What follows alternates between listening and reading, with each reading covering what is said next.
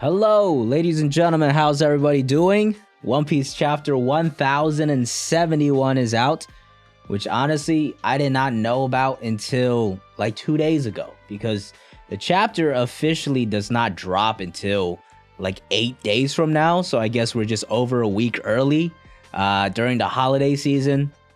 But the chapter is out, and we're gonna react to it. And interestingly enough, this week, I believe both TCB and OP scans have dropped lower quality translations and scans. TCB has done that in order to keep up with the pace for this week. They've even like set themselves to wait for the better version to come out, which is kind of interesting. And a little insight, OP scans have even messaged me directly to say that their version this week is better. So, you know, we're gonna check out both of them. I think I'm gonna start off with TCB because their translations have been the most consistent.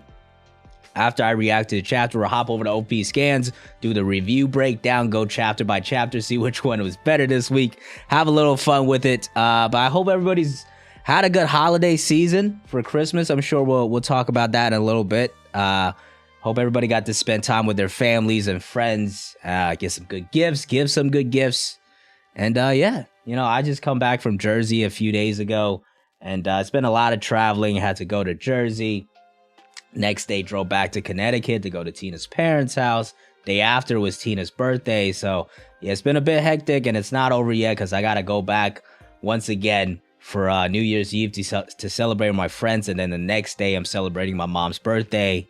And then, yeah, even after that week, like the next week, I got to drive down again to get some car stuff fixed. So yeah.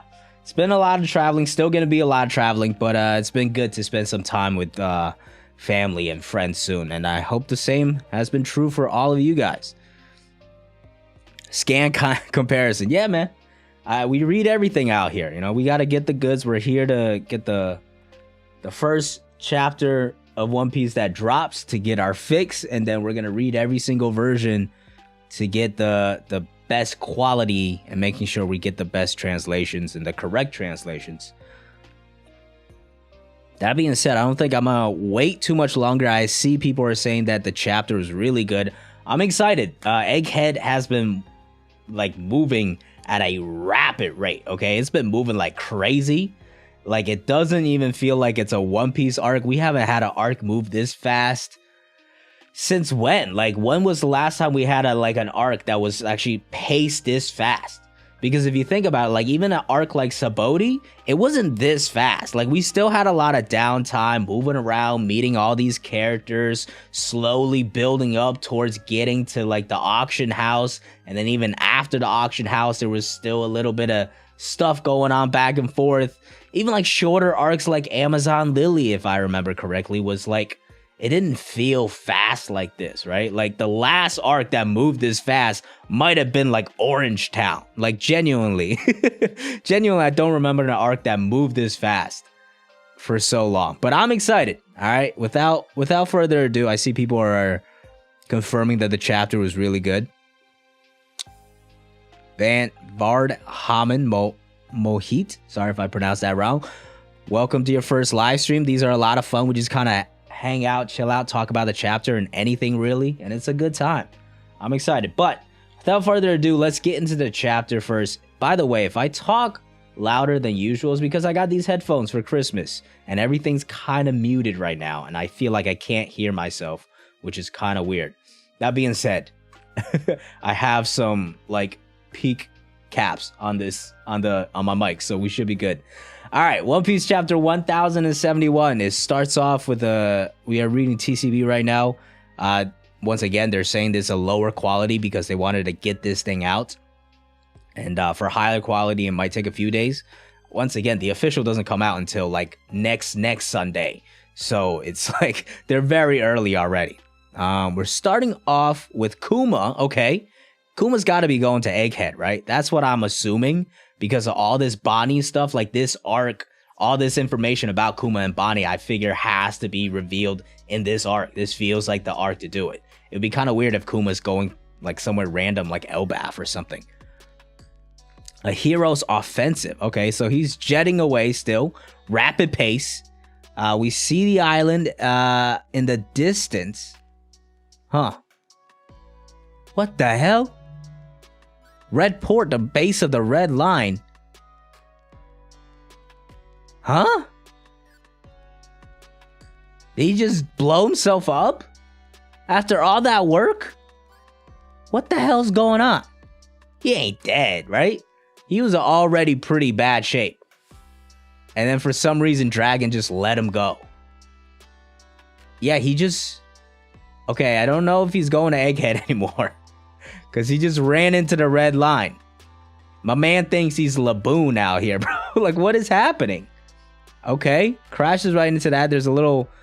The red port base is right below there. They're freaking out. It's Bartholomew Kuma. What? Where did he come from? I heard he fled the Holy Land, and now he's down. After all that work, you just gonna Laboon yourself into the red line? What are you doing, man? Dragon, after all that work, you just let him fly off like this? He's meant to be a Celestial Dragon's invincible slave, right? And that, yeah, he's down now. Is he gonna fly back up and go? Section off the Northeast District. Wow, it moved. Kya! It's a former warlord of the sea. Huff. Okay. Bartholomew Kuma just appeared by Bondala Gate. Deploy all available Marines to his location. Yeah, his face is cracking. Kuma about to die right now, bro. Like, what is going on? If he's not smart enough to fly over the red line, I assume he's gonna keep Labooning himself. And then at that rate, he's just gonna blow up. Civilians, please be advised. He's extremely dangerous. Evacuate immediately. He's a man with no shred of humanity. Huff.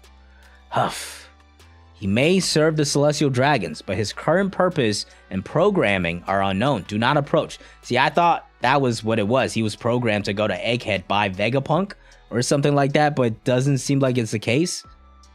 It looks like we did find out like that giant robot that they found, like that was from the Void Century, did attack the Holy Land a while back. Is that what's happening here? Like, what is going on? Did he malfunction and attack too early? Because I assume he, if anything, he might have been programmed to attack the Holy Land when the time is right. But clearly, like, nobody is with him right now. My guy's just smacking his head into the red line by himself. And we cut away. Yeah, Kuma's in trouble. I don't know how he's gonna make it all the way to Egghead.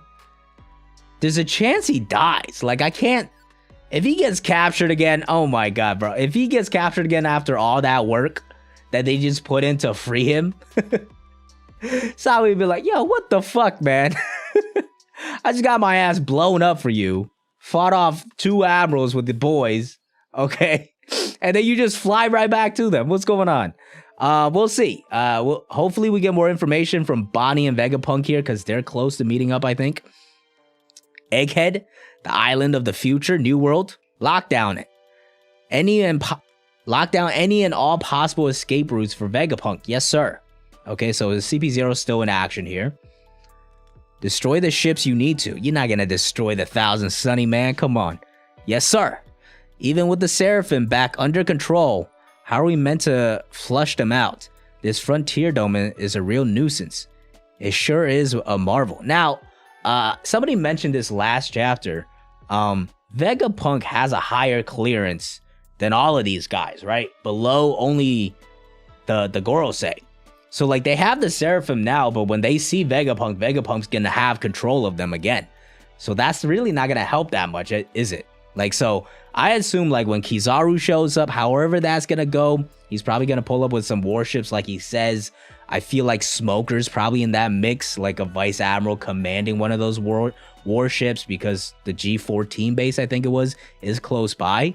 But I feel like the Seraphims eventually will go back under control of Vegapunk, because he has the higher control anyways. For now, they're gonna be some trouble, though. You're determined to ignore the Navy, aren't you, Lucci? I refuse to accept Straw Hat as an emperor. Bro, you just got decked by a Gomu Gomu no rocket, man. Come on, man. You still don't realize the levels to this? Even after all that? I know you awaken and all that, but you're hopeless. Yeah, you really are hopeless. Tell him, Stussy, tell him. Okay, so there we have all the Vegapunks gathered now, it looks like. The agents are attempting to block off all exits. They've probably taken care of the ships too. And Vega Force 01 can only fly on the island. Damn, the enemy is quite shrewd. Perfect, that means we get to avenge Atlas. I'm raring to go. There's Evil, ready to go. I believe it's Lily. Of course, she is ready for some action. No, they shouldn't even be able to get here. Okay, so that guy's worried. I'm not gonna lie, I don't remember these guys' names like that. Of course, we got the eat, dump, sleep back there. We'll just call it that. Of course, a feasting away energy for all of them. Vegapunk in the middle with the little fit. But my guy's legs are crazy, man. My guy's legs are insane. He's got his little backpack on, ready to go too. So they won't let us away without a fight. What's going on? Something fun? Eureka! I've thought a new invention. I reckon it's gonna be a real cutting-edge piece of tech. This guy is just for ideas. That's bad funny. Lilith. Lilith is her name, not Lily. If all you've got in their mind is another brainless attack, knock it off. So yeah, so one's focused on weapons, another guy's focused on like strategy. That lady back there is literally focused on just like consuming food and energy. And then that robot is more of like the guy that actually gets the job done. It's cool seeing them all together. Poor Atlas, though, getting left at the party. Why can't we retaliate against those fools? They're after our necks. Fighting back isn't our objective. Ensuring the main body's escape is. Damn, are they gonna like sacrifice themselves so Vegapunk escapes? As satellites, it's our duty to prioritize the Stella's safety above all else. We may be expendable, but you running off at a vendetta will cause us more trouble. It's mad funny. They're all the punks are now arguing against each other. That good act of yours is really getting on my nerves. Here's the Evil coming through. That's too bad. Still, I'm so sorry, Sentomaru. It only happened because you're so loyal. Sentomaru's not dead, right? Like, I can't imagine Sentomaru's actually dead. But to leave Sentomaru just behind like that, that's pretty fucked up. I can't lie about that. Like, I can't believe Luffy just left him behind like that. Like, Luffy had to have known, like, Sentomaru already was down bad. There was no way, like Sentomaru was gonna be fine. Like, you know? We still have another ally on this island we can call on, should we? Is he talking about the giant-ass robot? Are we gonna see that thing in action? Hold your horses. Won't you be risking them? Oh, them. What was he talking about? The Seraphim? No, the Seraphims. I feel like, don't you have to see the Seraphims for it to work? Or do we have more Seraphims that we haven't seen, like S Crocodile and S Bat? Yeah, because it's saying them. If we ask for help, they'd have nowhere left to hide if they're in the government's sight. Oh, wait. Is it a special race? Has Vegapunk been keeping Lunarians this whole time? Oh, yo, hold on. That kind of makes sense, because Vegapunk, we know, like, he's still at heart a good person, even if his science just prompts him to kind of explore everything. He's willing to experiment on humans and create these dangerous Seraphim weapons. At his core, he's still a good person, right? So that could be a good way to explain, like, Lunarians are actually not extinct. He's been experimenting on them, but he's been keeping them from hiding this entire time. I feel like they can't be talking about anybody else besides the Lunarians. Clearly, they're talking about like some special race that is hiding from the world government. Be that as it may, hello? I'm in a big pinch. Please save me, Quasar. He asked so shamelessly. Of course, I've always been prepared for this order. Hey, yo, what is going on? This shit feels hype as fuck, but I have no idea who's about to pop up. Wowza, looks like they're gonna help us. Get it? Escape should be easy as pie now. Damn, who are these people that they're so confident going up against, like, Seraphims, bro? Like, if we focus and make sure CP0 is kept busy, especially since the Stella has secured a passage on the Straw Hat ship. I'll take us to the port with Vega Force 1. I approve. Let's hurry. Okay, everybody's in agreement. Who put you in charge? Well, folks, I'm all packed. Please take the 7 of us to your ship, Quasar. 7? You're all coming? It's like, what the hell? What? That sounds like a pain. I don't care as long as Lilithstone tags along. Well, hell yeah, a voyage with the 7 faces of the world's best scientists.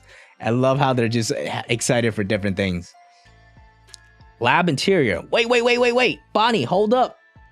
That Vegapunk. Oh yeah, she is furious, bro. Look, to think he stooped to using these bugs against me.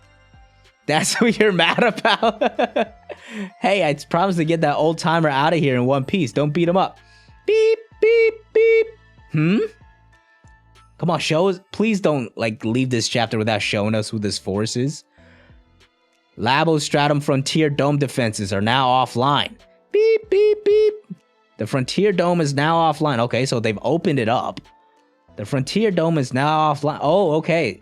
I'm guessing Stussy figured this out because she's been having a lot of information recently, and we did see in that cover page it looked like a woman in the background, so that might have been Stussy. Why? Who would disable it, and for what purpose?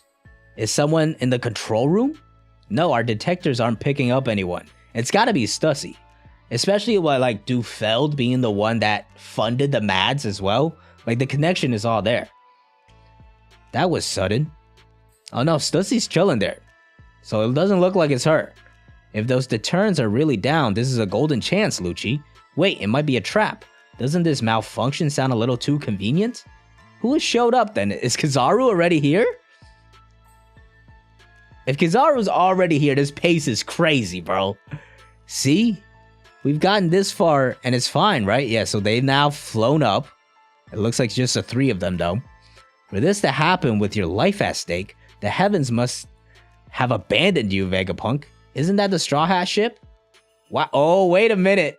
Give me Kaku versus Zoro, bro. Give me Kaku versus Zoro. We need it. Give us all the reunion fights. We gotta see the levels to this. Wow, there's a robot here, too. We've already taken care of all the ships down below. Now we've just got this. Oh, yo. And then Brooke, too, has never interacted with these people. That's going to be fun to see. Leave it. Oh, yes, Kaku, you're going to see the levels, Kaku. Tempest Kick, Sky Slicer. Okay. My guy is literally sleeping. Russell, shing. Just like that. Knocked away. What the? Who the hell interrupted my nap? Roronoa. Bro, Kaku. You're in for a bad wake-up call, my guy. Oh, okay. Looks like we're gonna get that next chapter. This is exciting as hell. I've got the Frontier Dome back online, but the CP0 agents have already infiltrated. Now that's actually kind of a good thing. They're about to just get isolated and decked. And if they get decked, then nobody has control of the Seraphims down below, right? They'll target a Straw Hat ship. Indeed, they're already fighting a crew member that's guarding. Okay, see, like they're having a little back and forth, which we expect to see. We'll see the levels that Kaku has improved. Maybe he's awakened too, but again, don't worry, people. There's levels to this, and you're gonna see it eventually. If we don't hurry and back him up, we'll lose our ride out of here. Well, you look at that. We get to go to war after all. Why did the system go down, though? We need to find that out still. And who is this secret force that's about to fight for them? Hey, guys, Luffy. Okay, so now Bonnie is here. Things are going to get even crazier. But at least everybody's together and we could get some answers. We're leaving already? Okay, so it looks like Luffy goes to the Straw Hats. The Straw Hats are chilling. Bonnie's going to go to Vegapunk. I need to see that conversation. We're leaving already, but we just got here. Exactly. Like, we never had an island like this where it's like, get in and get out, right? Like, immediately get in and get out. Saboti was really the last one, but eventually we went back to Saboti. You got to see it a little more. But even then, they got to explore the islands, go to the auction house, ride the roller coasters, right? We got to see so much of that island. This island just feels so small and like so unexplored, which is kind of crazy, but I'm not mad at it because the story's moving at such a good pace and it's so exciting. I want to stay too, but we can't help it since this is a government island. It's noisy out here. What the hell? Chopper is just like, yo, what the hell's all that noise out there? You already bumped into that Rob Lucci guy, right? I know, but oh wait, you haven't seen Bonnie, have you? She's a pirate lady with long hair. Now that you mentioned it, where's Vegapunk? Oh my god, Bonnie straight up just how did that happen under all of your noses? Where's your observation hockey, people? Like, what's going on? How did that even happen? Yeah, stop it, Bonnie. We're in a rush here. I'll explain that. Okay, so is this what's gonna slow down the pace here? Vegapunk gets kidnapped by Bonnie, and then, of course, that's gonna slow down the whole process, allowing Kizaru to show up. We're gonna have to still duke it all out. All right, like we gotta see how all these opposing forces happen, because it can't be that easy, right? I'll explain. Just hear me out. Shut up.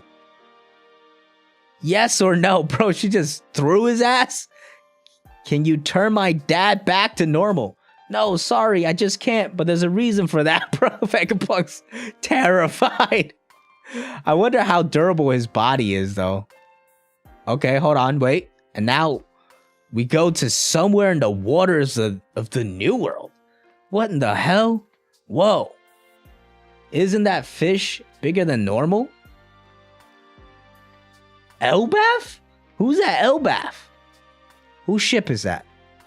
Oh, okay. So that's the Kid Pirates. Pretty convenient Elbaf is that close to Wano. But it looks like Kid is going to be in Elbaf. And I feel like he's going to meet up with Shanks here. Okay, so Kid's going to be back in Elbaf, which is good. We need more of Kid. We got a good amount of him last arc in Wano, but I'm excited to see more of him. There's Killer reading the map. Kid, wake up. We're near land. Should we go and look around? Are you really asking that? When have I ever passed exploring an island? Shout out to Kid for also having that adventurous spirit. I know, but this island is probably the home of the giants, Elbaf. Elbaf, okay. That Elbaf's got to be next. Elbaf's got to be next for the Straw Hats.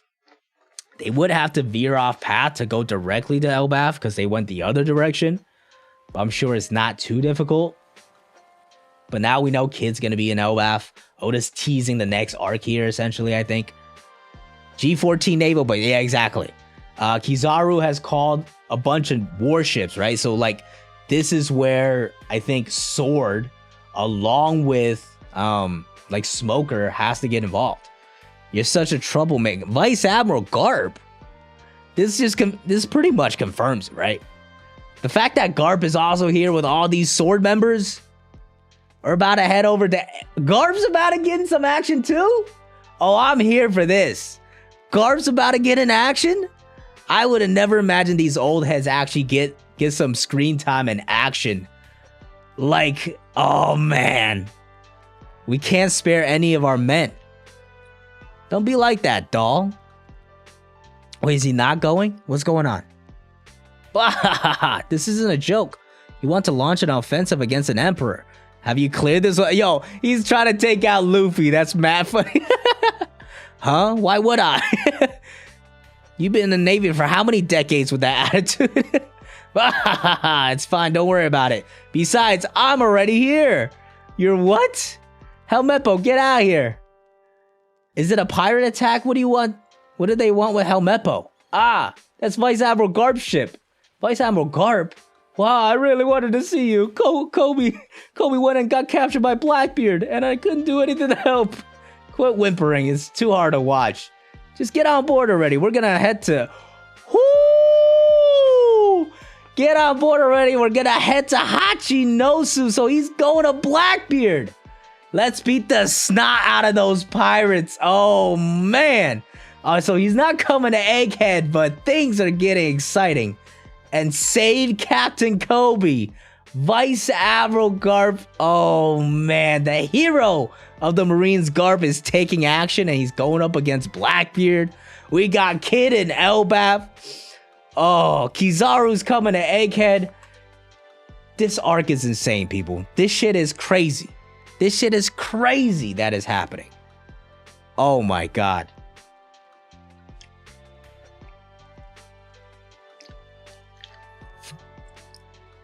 Garb's about to pull up to Blackbeard. Blackbeard, who's fighting Law and has Kobe.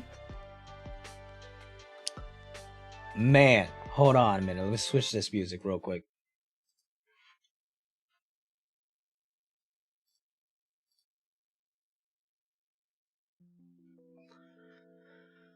Whew, go to chapter, bro. I did not expect this much to happen in the chapter. What a chapter. What a Christmas gift Oda has given us here.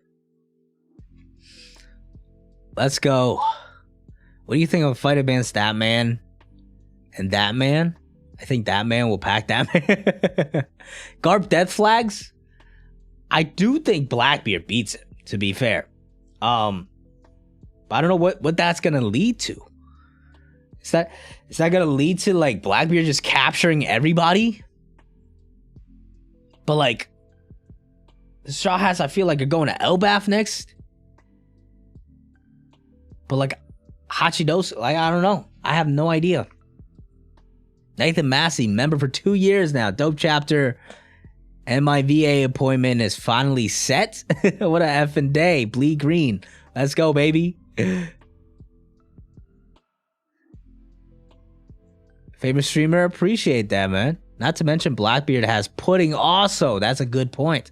That's something Sanji and honestly Luffy would care about. The man with the fire burn scar is Saul, the one kid mentioned. That is correct. So he is going to meet the man with the burn scar there. I'm sure he's going to wreak a lot of havoc in Elbaf when the Straw Hats get there. Things are already about to go down and happening. Garp has little to no shot against Blackbeard because of old age. Well, we'll get to finally at least see Garp scrap a little bit. I'm sure, just like the Lucci fight, Garp is going to show out and like really...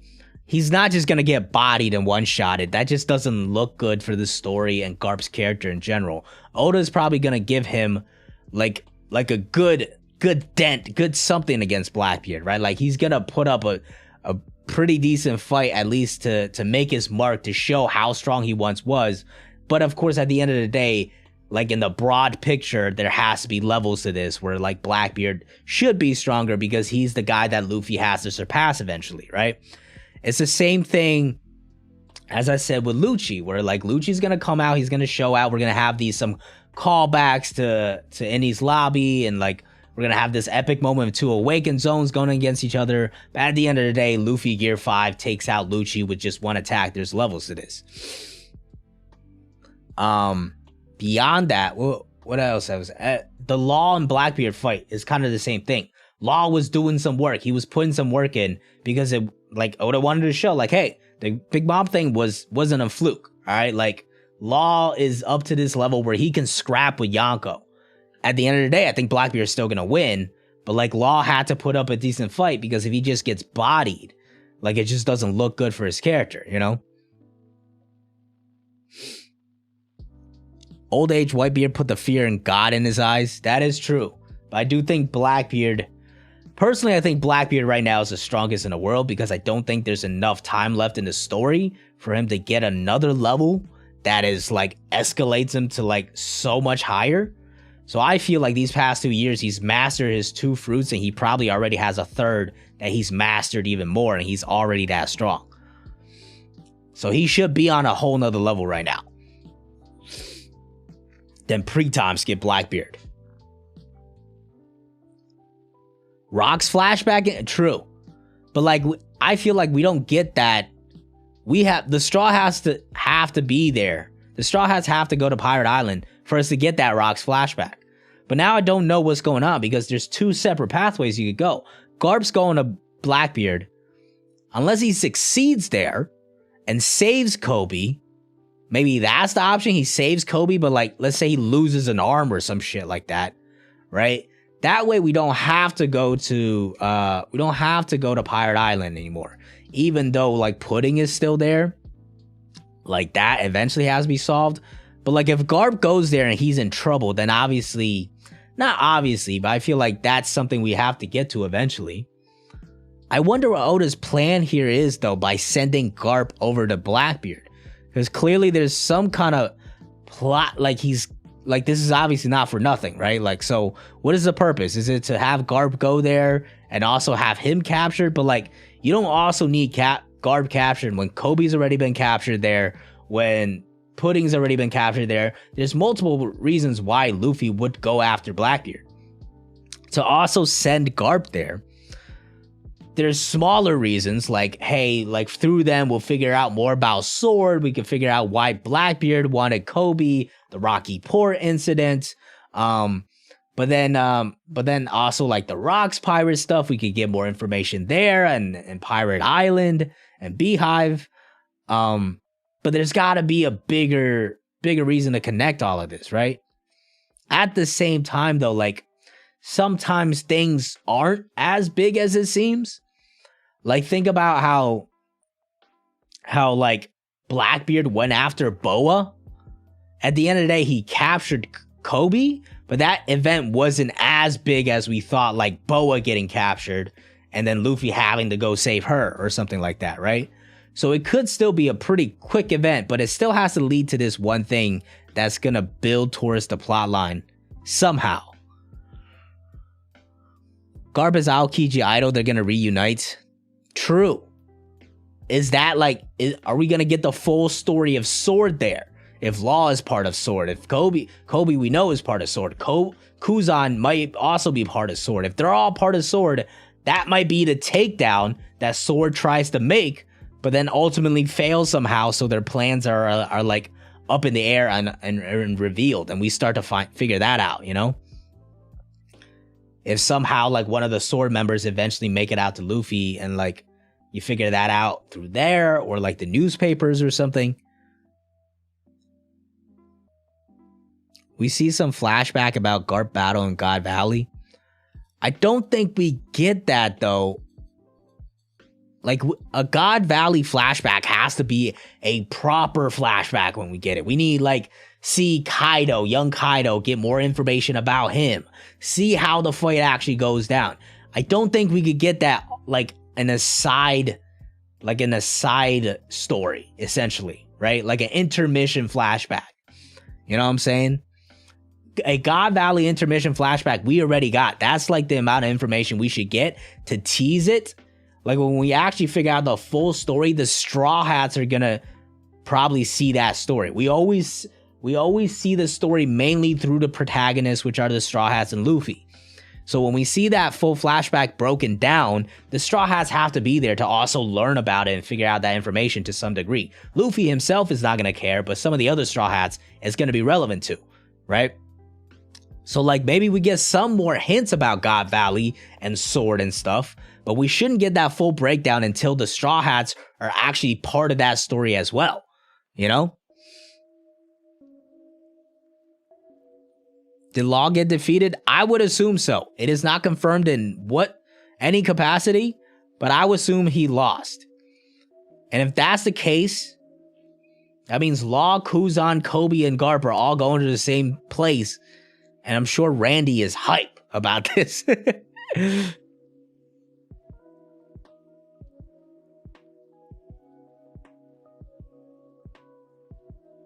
Maybe it'll be Aokiji's last test, loyalty. To kill Garp? I don't think he would do that, though. That'll be interesting.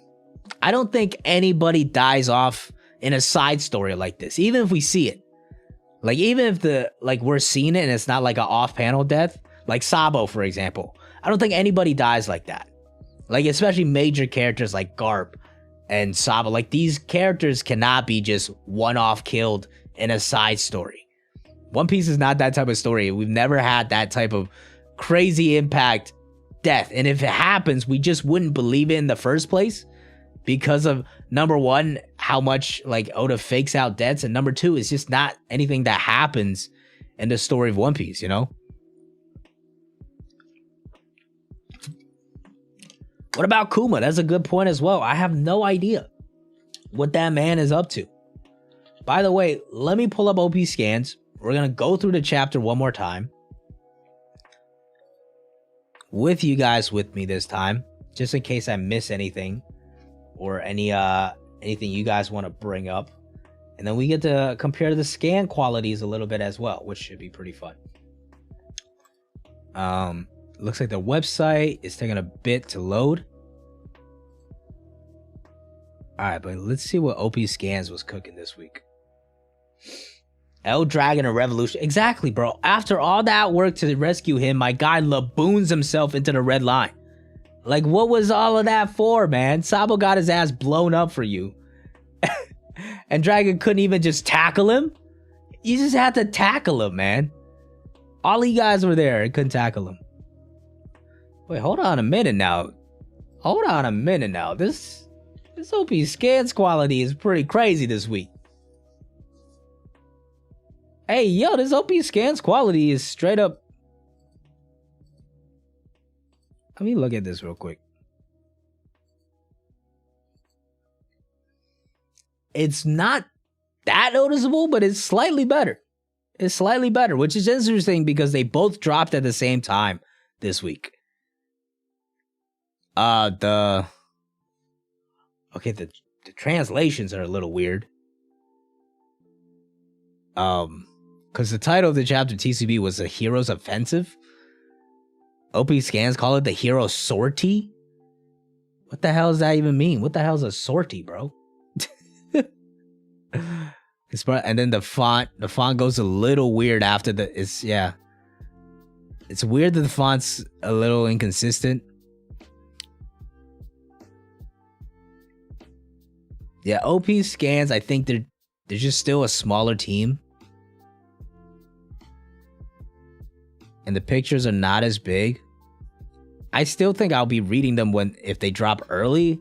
But even with the lower quality, it looks like the TCB translations are just so much more consistent because they've been doing it for so long. Do wonder, there was nothing like that seemed out of place in the chapter, at least. There was no like lore stuff. So I don't think anything translation wise is gonna be that different. But yeah, it starts off with Bartholomew Kuma. He just laboons himself into the red line after all of that work. The only thing I could compare this to is like the giant robot that, attacked. The giant robot that attacked the Marijois a while back. Like, that's the only comparison that I could make. And I could only imagine that's what's happening. But like, what is the programming? Has he malfunctioned? Why would he attack the world government right now? Or is he trying to get somewhere else and is too dumb to fly over? That's another word for battle. Yeah, it's a weird choice though. Term used more popular in Europe than the States. Yeah, a bit of a weird choice.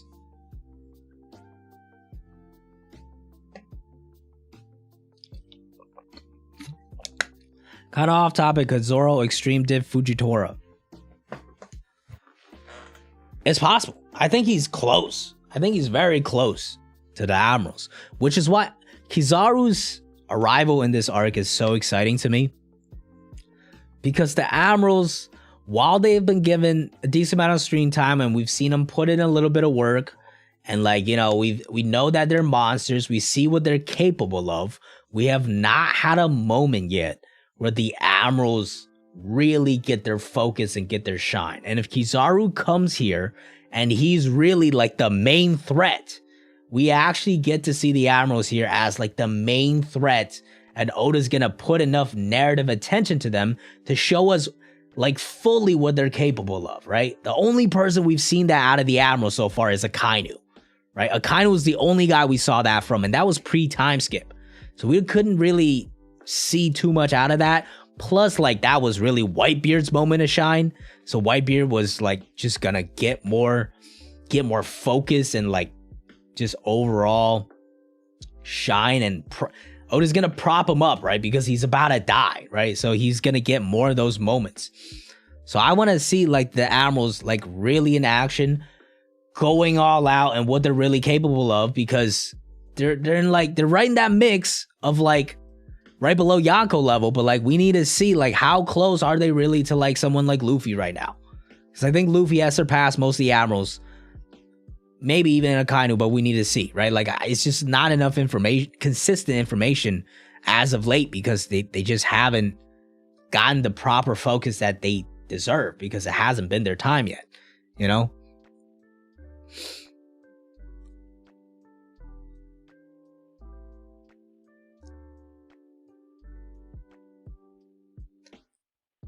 Why downplay on Fuji? I'm not downplaying Fuji. I think he is elite territory. I just need to see the Admirals actually fight to actually know how strong they are. What has Fuji done in the story to tell us, like, hey, Zoro can't beat him right now? You know? Like, it's just not enough information. Could he be stronger than Zoro? Absolutely. But could Zoro be stronger than him at this point? Maybe. We don't know. Because the Admirals never go all out. We have not seen a single Admiral go all out besides Akainu. Nathan Massey, thank you for the super chat. Sortie is used for the normal fight in military aviation. Also, here's a little for lunch. Eat something. I don't like skinny hoes. He's trying to pimp me out here, bro. I have not eaten anything yet. But that's also because at like 1 o'clock in the morning last night, I ate an egg salad sandwich like a maniac. I'm not gonna lie, that is some like psychopath behavior. To not only eat but make an egg salad sandwich at like 1 o'clock in the morning. That's pretty psychopathic behavior. And I'm ashamed to say that, but listen. It is what it is. I did what I had to do.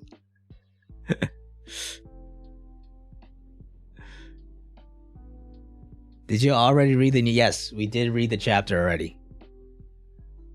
Luffy versus Asta. I have no idea how strong current Asta is because I dropped Black Clover like probably like 100 chapters ago at this point. Whenever the Devil arc started, I lost interest. But so Luffy. 20 pork dumplings.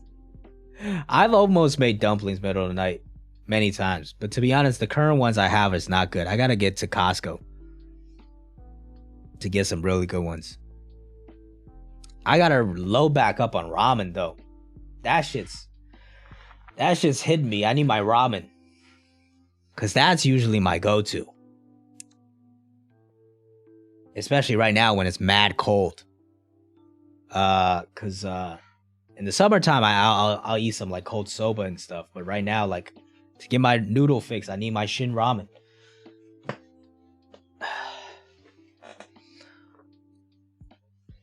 Korean brand is a Shin. Shin's the way to go. And if you're a little bougie, go for the Shin Black. But you don't need it. Take out sushi past midnight many occasions. It be like that, man. There've been times, I'm not afraid to admit it, there've been times where I brushed my teeth at like 9 o'clock for the sole purpose of like not binge eating at midnight. But then the cravings hit so hard that I still eat. That's when you know you're really down bad. When you still hit the midnight snack even after brushing your teeth.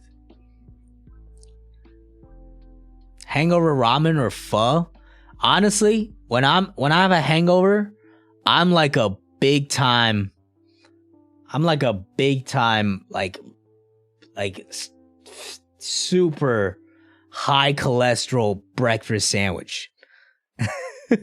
I don't get drunk often, but when I do get drunk, the next day I like to have like just like American cheese, 2 eggs, sausage or bacon or even Spam. Just load that shit up, and it's just like a absolute heart attack of a sandwich that is just loaded on cholesterol.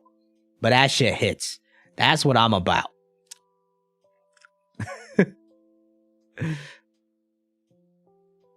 Korean dumplings. Oh yeah, Korean dumplings are good. I had some good ones from Trader Joe's like last month. This month I went out to my local Asian grocery shop, and it weren't as good.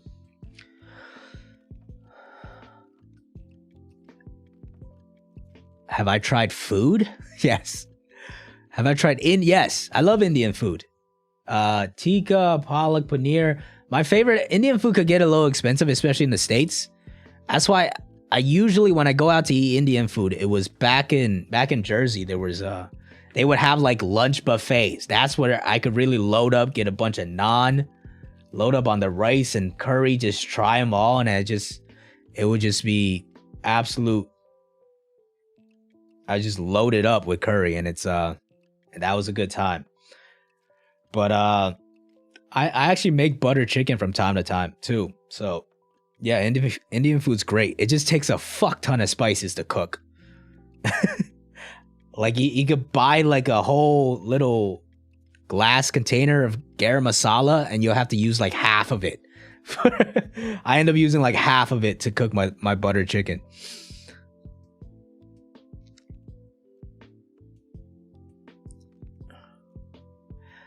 Top 5 anime manga.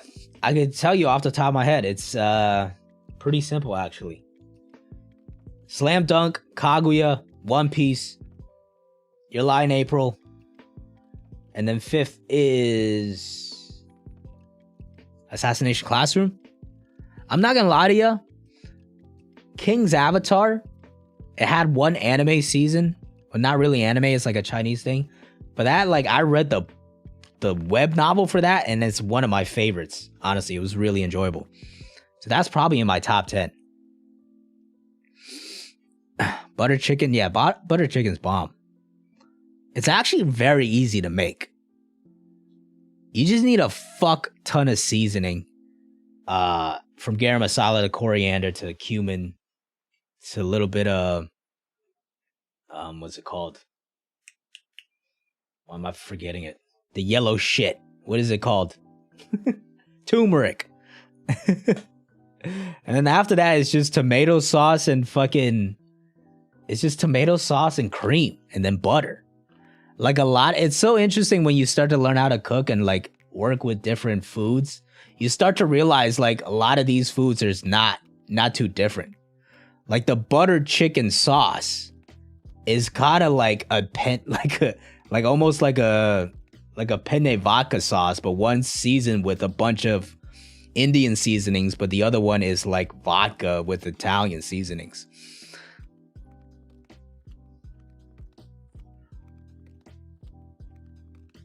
At its core, it's both just tomato sauce and cream. Teddy, what's good, bro? Garb's chance against Blackbeard. I think Garb puts in a fight. Like, Garb has to get his shine here, right? We haven't seen him get his shine yet in the modern day. There's no way he just gets bodied. I think Blackbeard is the strongest right now, so I think Blackbeard should take that W. I just have a hard time imagining right now what is Oda's direction he's trying to pursue with the plot right now. Is it to I can't imagine it's Garp just loses and he also gets captured, because Blackbeard already has Pudding. He already has Kobe. He might already have Law. There's multiple reasons already why Luffy would want to go after him and go to Pirate Island, right? So we don't need Garp also get in there and get captured. What it looks like right now is a clash of sword. Like we got Kobe there, we got Kuzan working with Blackbeard, who's probably part of Sword. Helmeppo's going there, of course, as well. Law might be involved. If I never strongly believed in that, but it's looking good right now for Randy. So I feel like that's gonna lead to some sort of sword reveal to give us more information on that, while also giving us an epic clash that we're probably not gonna see the full extent of. It could also give us some hints to the Rocks Pirates in God Valley, but there's no way we should get the full Rocks flashback in a side story. Garp doesn't have a devil fruit. He doesn't need it, man. My guy was throwing hands. In his entire career and was catching W's.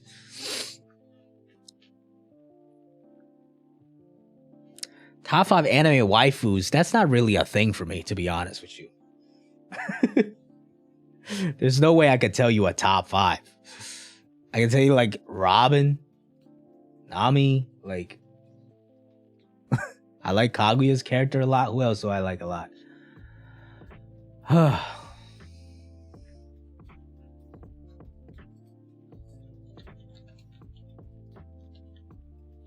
I'm just bad at like top lists in general. Like to even tell you my like top 5 anime characters, that would be hard for me to do. Let Garp cook? Yes. I am down for that. I'm excited to just see Garp in action. Same thing with like Kizaru coming to Egghead, right? Like, let these guys finally get their shine.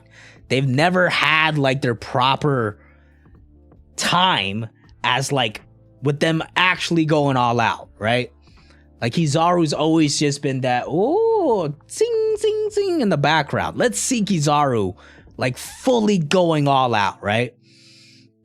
Same thing with Garp. Let's see, even in his old age, let's see what he's all about here. But I think we don't get the full scrap. I don't think we're gonna get the full scrap. I think Garp will lose in the end, but I think he probably gets out of there with a W of sorts in completing his objective. I feel like he's gonna save Kobe.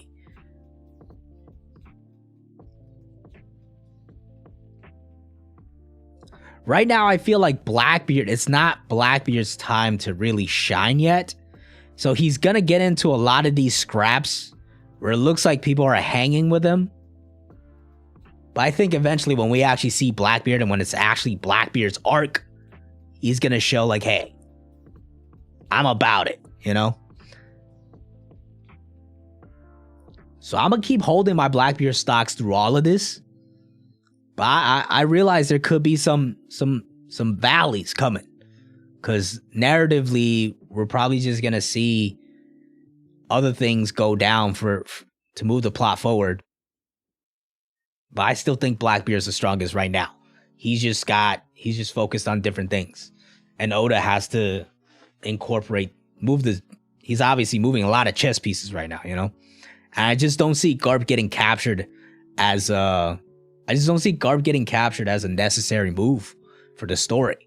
So I would imagine he comes out of there, maybe not beating Blackbeard, but like completing his objective of some sort to give us more sword information or whatever it is, you know?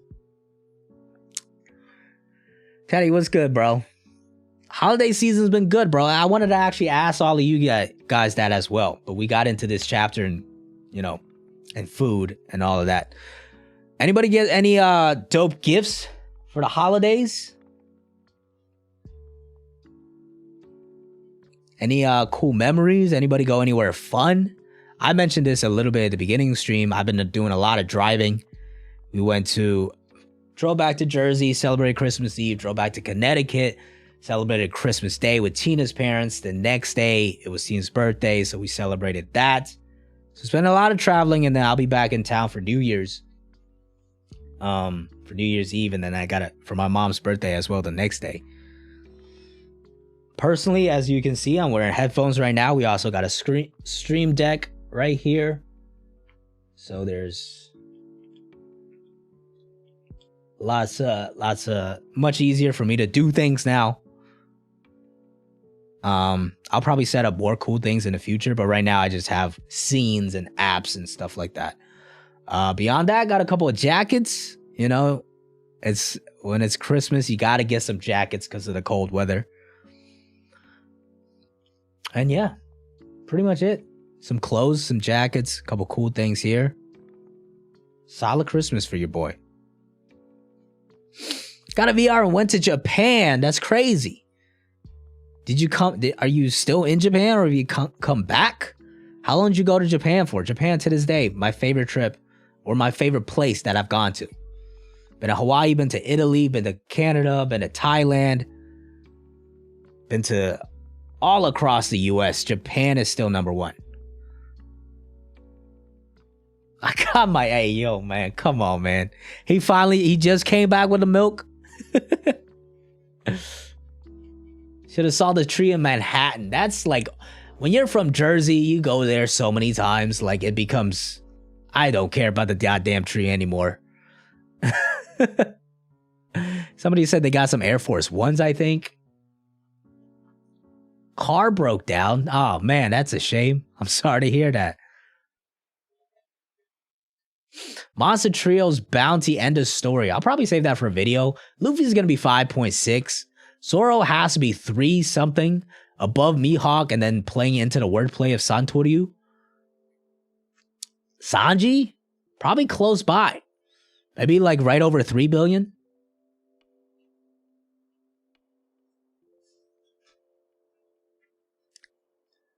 Have I been to India? I have not been to India. I believe, do I need a visa? I'm not sure if I need a visa to go to India, but that's like, it's just a harder trip to plan, I feel like. Eventually, I definitely want to. I want to travel everywhere. It better be organic milk, bro.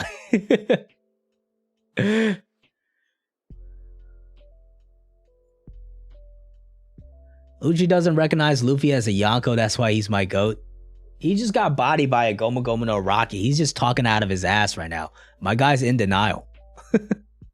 I was there for 1 day, 1 week, since last Tuesday, this Tuesday. Where did you go? So I went Kyoto. When we went to Kyoto, Tokyo, Nara, Osaka for 2 weeks in total. And it was amazing. Kyoto is still my favorite place though, I think. Well, Yamato joined the crew. Yamato's irrelevant, man. Yamato's out of here. Yamato was just that random character that popped up for like 50 chapters that did nothing and progressed nowhere. I do not care one bit about the Yamato storyline anymore. Nigel, what's good, bro? Happy holidays. How's your Christmas? How's your holidays? Hope it went well for you, man. Who's Yamato? Yeah, exactly. My favorite devil fruit is probably Marco's fruit.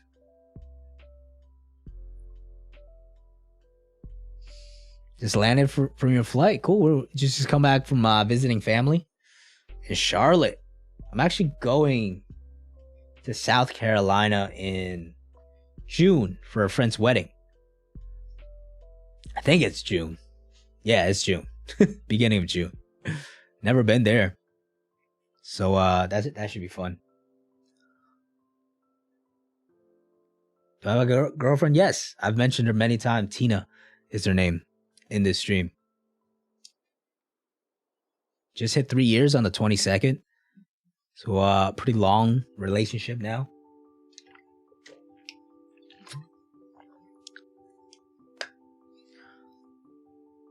It was cold in Florida? That's wild.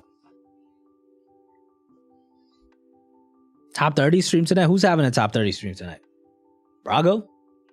No, I'm not joining.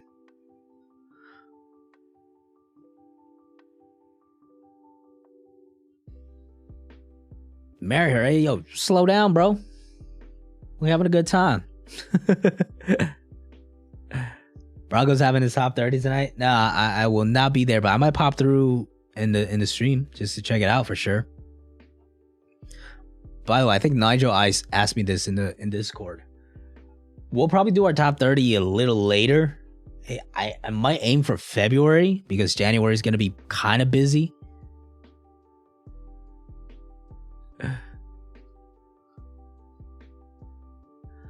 Can you ask me a personal question? You can ask it. I could choose to answer it or not answer it depending on the question.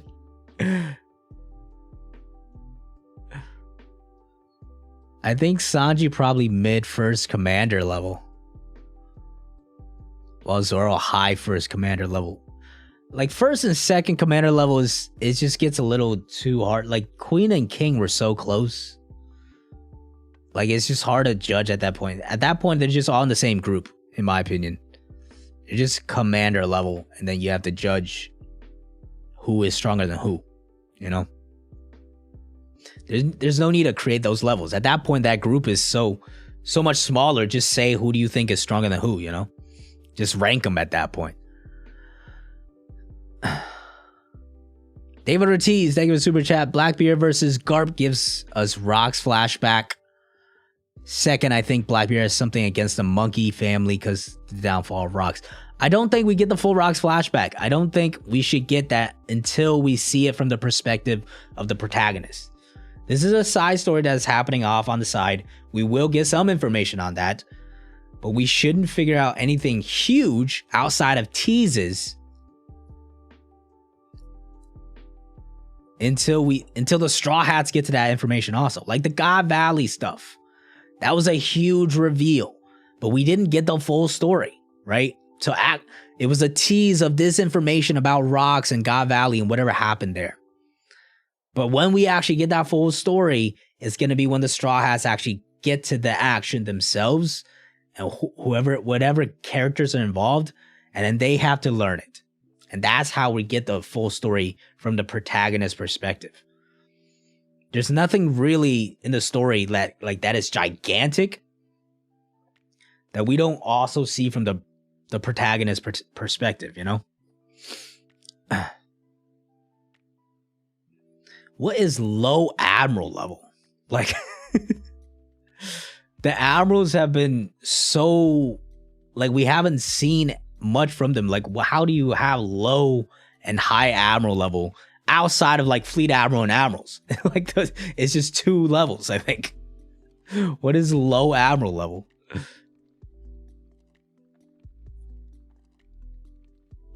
Garp versus Shiryu? No, Shiryu ain't ready for. Come on now, Garp's coming for the head of the monster. It's not gonna be Shiryu.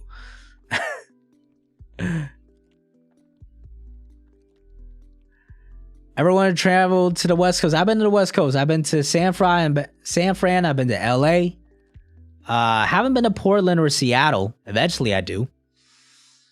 Most of my West Coast traveling came in when I did this like national park trip. We went to like Utah and Wyoming and saw Yellowstone, Arches, Horseshoe, Salt Lake City.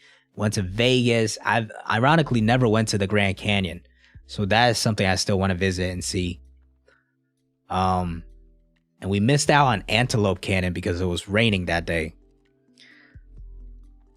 But yeah, as far as the West Coast goes, I did a lot of national parks out on that end. And I did San Fran and LA. San Fran's got some crazy ass traffic, man. Like, I think the weather was much nicer, but the traffic there is insane. Same thing with LA. I don't like LA and San Fran were like fun trips, but I would never ever want to live in those locations, to be honest with you. What's wrong with Portland? Nothing wrong with Portland. Somebody said something wrong with Portland. Go to Seattle, don't go to Portland. What's wrong with Portland? Yeah. I know there's been some like, or at least in the recent years, there's been some pretty wild protests and stuff that's been going down. But I don't imagine that's not the whole city. And there's still some fun places to see there and to visit in general. David Ortiz, thank you for another super chat. Blackbeard could have hunted any pirate but chose Luffy till Ace got involved. Why? Garp is known for the downfall of rocks. No, it looked like he just wanted to get his name out. He chose Luffy specifically because he saw Luffy's bounty and he's like, this is a good chance for me to get my name going. That was exactly why. It was literally explained in the story. I'm pretty sure. So, I mean, it's not impossible that he has a rocks connection and he like hates Garp for that reason, but I don't think he was going after Luffy for that reason. Or else he would have took him out and impelled down, you know? Death Valley, Zion. My friend's been to Zion. Bryce Canyon was good. Bryce Canyon was really cool. I've been to Bryce. Zion, I want to go eventually as well.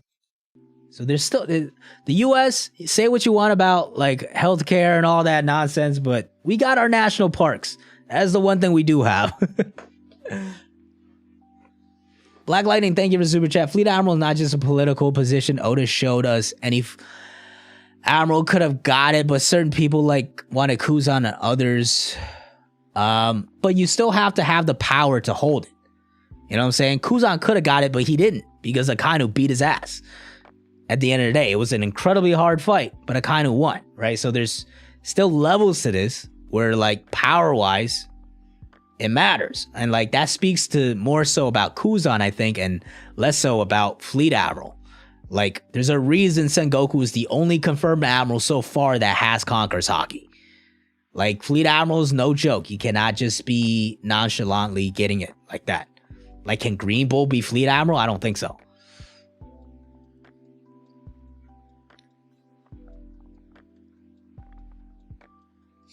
False, more infamous pirates than Luffy. Go back to the chapter. I wanna find the chapter specifically. He literally said, hold on.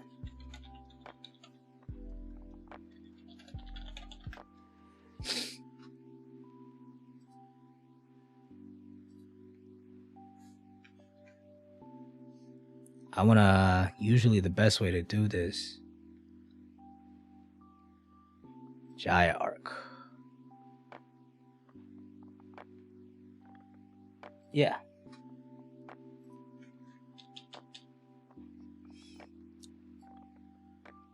After learning his identity, Blackbeard wanted to... God damn. Super's going off. Who had a 100 billion bounty on his head, as well as Zoro, who had a 60 billion bounty. What chapter is this? 236. We can even go read it.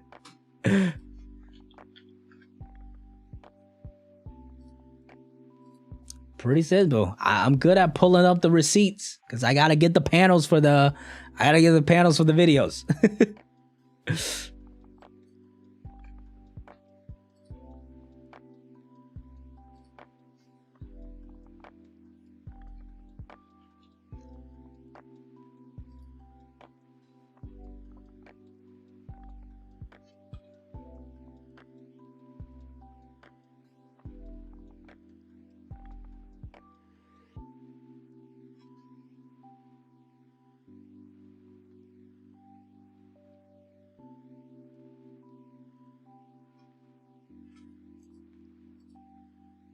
Luffy was not the only pirate at high bounty, but he was right in front of him. It was him and Zoro right in front of him, 160 million. He said himself he wanted to go after bounties. Like, what more do you want me to show you? There it is. Straw Hat. We're going to take that 100 million berry head of yours. Once he figured out who he was. Who are they, friends? There it is. 100 million berries, 60 million. He's coming after him to try to get... He's coming after him to try to get his name out. It's the same reason he went after Ace.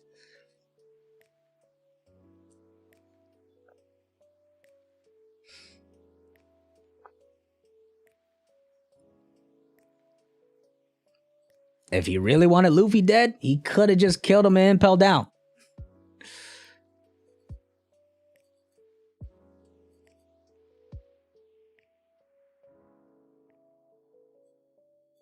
Do you think there would be a Gear 6? Nah, he still has to master Gear 5th. I think that's it. He just has to master Gear 5th. Garp is easy top 10 right now? Even after retiring? I don't know about that. We gotta see. We gotta see what's the action. Whitebeard as the strongest man at that point. But did Blackbeard not know Luffy was Garp's grandson? The Marines didn't even know. Even if he knew, like, that's not enough information to confirm that he's going after him because of rocks. We still don't even know if Blackbeard, like, cares about rocks in particular and is, like, going for revenge for him. You know what I'm saying? You're making a very strong take off of a theory that Blackbeard is going... Because Blackbeard is definitely connected to rocks, but we don't know if he's, like, trying to carry on his will in some way, right? So that part is a theory. And then you're taking that and connecting it to... this one incident would, like, and trying to say that it's, like, definitely that reason. When we have, like, the reality right here is said in the chapter where Blackbeard said, hey, I just found out you have high bounties. I want to go after both of you guys to get my name out there, which was his plan all along. It's the same reason he went after Ace.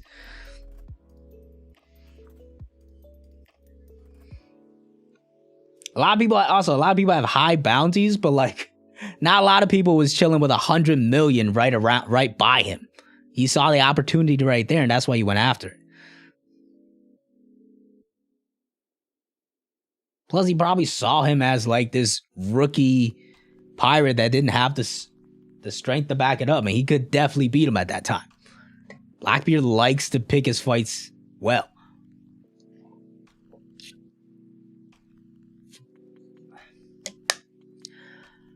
Not only hockey is important, but devil fruit are not rare. That's why Oda wanted to tell. What? Blackbeard is the only pirate in the story that actually acts like a pirate.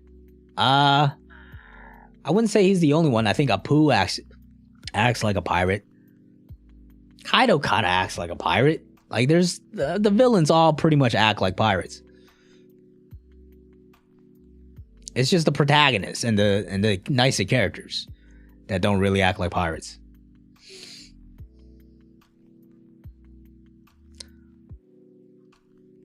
Luffy, Zoro, Crocodile, Boa, Doflamingo over Garp? Jinbei over Garp?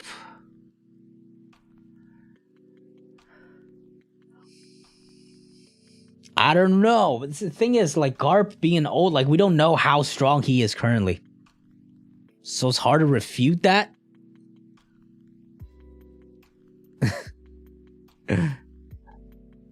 But, like, I wouldn't back it either.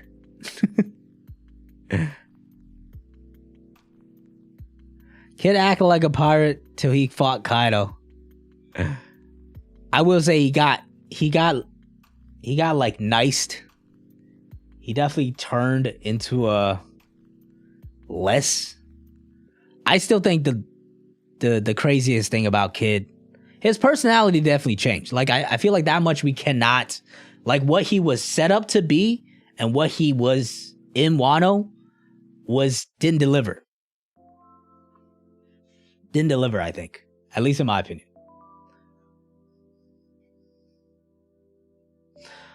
Crocodile lost to Luffy, threw some water droplets on him. I mean, it was early One Piece. That's what happens when you write a story for 25 years. You know? Your thoughts change when it's like 2002 and in 2022.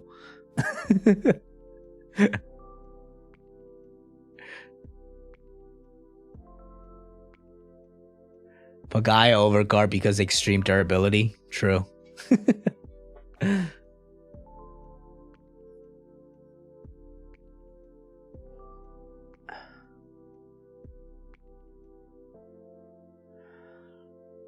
Zoro and Sasuke. I never finished what's it called? Naruto, so can't compare.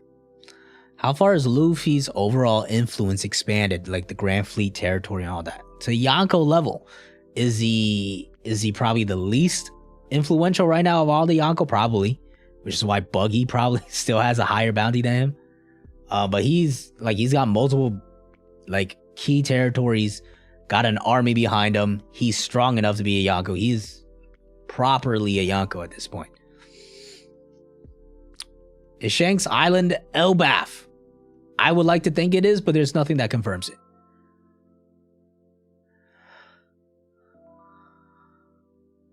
I mean, Whitebeard was suffering from a disease and Garp isn't. I mean, Roger suffered from a disease when he was like 50 years old. Disease is disease. Like, that has nothing to do with how strong you are.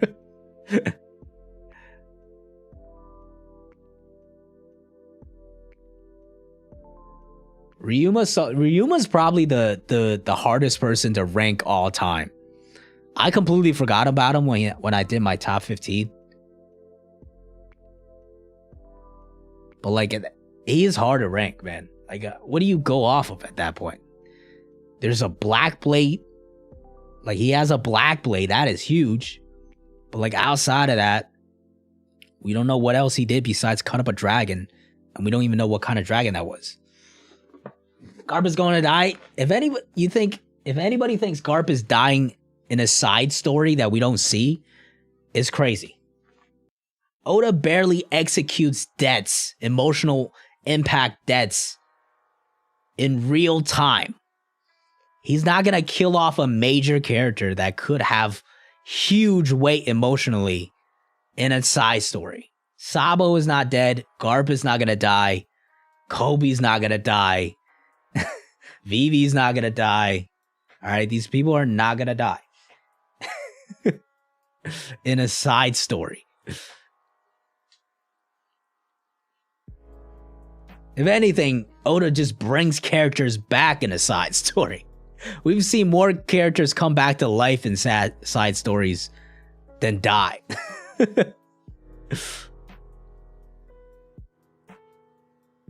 Luffy rescues Garp. The thing is, Luffy doesn't need to. That's why I don't think that's gonna happen. Like, Luffy could go and rescue Kobe. He could go and rescue Pudding. He can go and rescue Law if Law's captured. There's so many people that Blackbeard already has that if Luffy wanted to go and rescue, he could.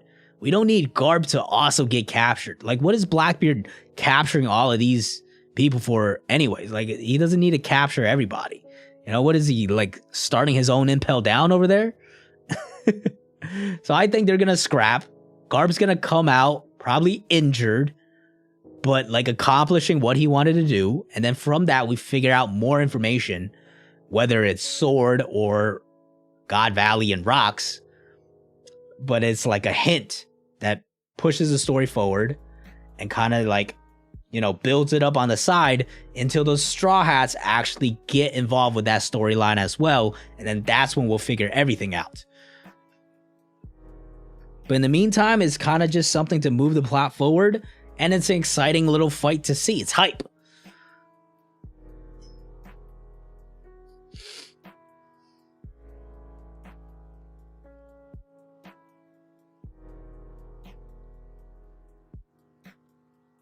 Garp doesn't, exactly. Garp also doesn't have a devil fruit. There's no use. Like, why? And if, like, say if you're like, okay, Garp, like, you know, you want to turn him into like Buggy's bounty thing, right? Or something like that. Or like he's the hero of the Marines, right? So there's value to keeping him, right? So maybe that's why Blackbeard captures him. If that's the case, Helmeppo's dying off screen. All right, like if Garp gets captured, that means Helmeppo's dead because there's no reason to keep Helmeppo alive, right? And there's no way Oda's just gonna kill Helmeppo off screen. Not a chance in hell.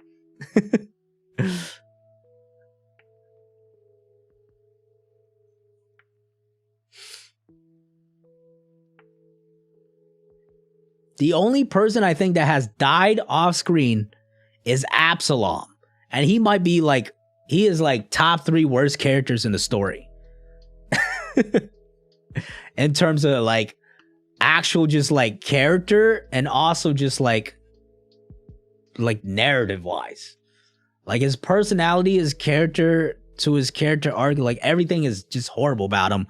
That was like Oda righting his wrongs. He was just like, "Guys, this guy's got to go. Like, let's just kill him off screen. This guy don't matter."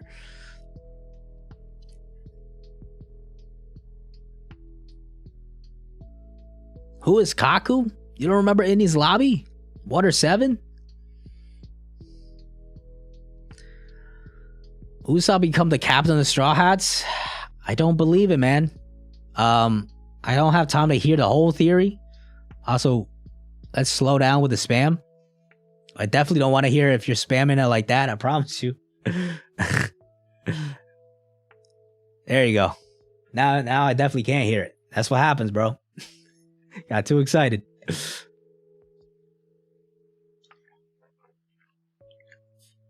Olivia? Nika Ovia? You mean? But that's a flashback. Yeah. Oda will do anything in flashbacks.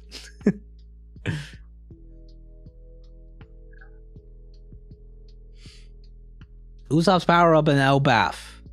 I honestly like the idea of like him getting a like Thor's hammer or some shit like that. I know it seems silly, but it kind of fits. Like it just fits Usopp's like meme-ness. You know, if Elbaf's really gonna be the arc where he goes crazy, give him some crazy shit, man, because my guy needs some. My guy needs some. So yeah, so what's good, man?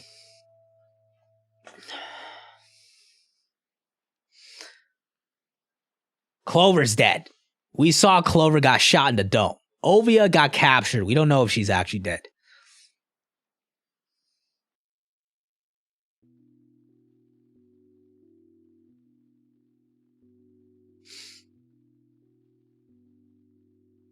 God of War Elbaf might be an ancient robot. Yeah, man, I don't have any theories on that. I'll be honest with you. All I know is I'm hyped for it.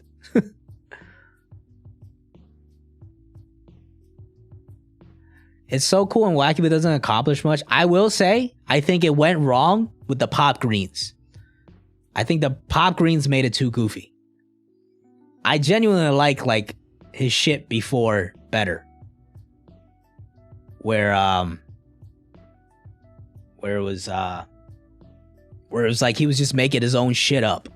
Right? Like I think that was felt more destructive and creative. The pop greens I don't like as much. Maybe the reason Oda's doing it is because of the Mont Blanc theory.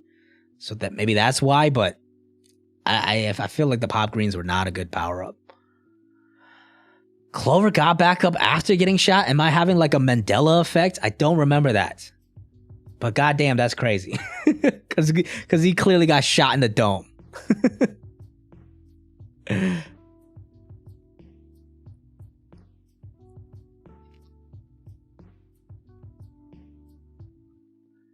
Impact Wolf is cool. I'll say that Impact Wolf is cool. But yeah, like the pop greens kind of like took over everything from like the Skypean stuff to his old stuff. It's just all fucking plants now. Belmir is still in the dungeon too.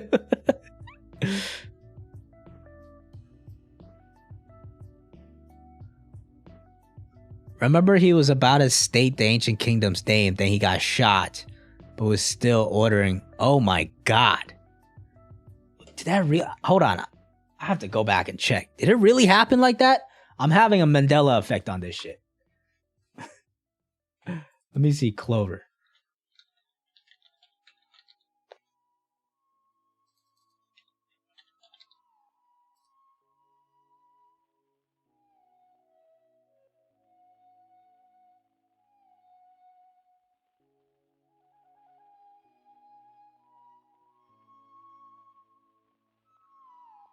Yeah, you're right. 395? Hold on, let me check. That's crazy, man. Because the panel I'm remembering, he's clearly got shot in the dome, right?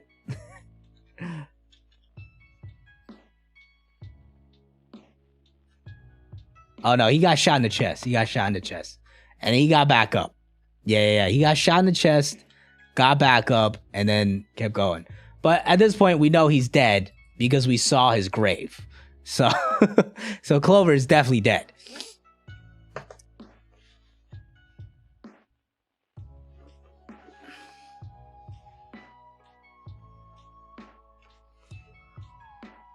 Yeah, One Piece is, you're just gonna have a Mandela effect on One Piece because it's so goddamn long. Like, even if you reread something, unless you constantly reread One Piece, you're just gonna forget some things. The impact dials, yeah, all of that stuff. I even love that, like the hot sauce shit. Like that shit was just creative and fun, right? I really don't like the pop greens too much. Hold on, this should be fun. Let's rank the Straw Hats post time skip power-ups.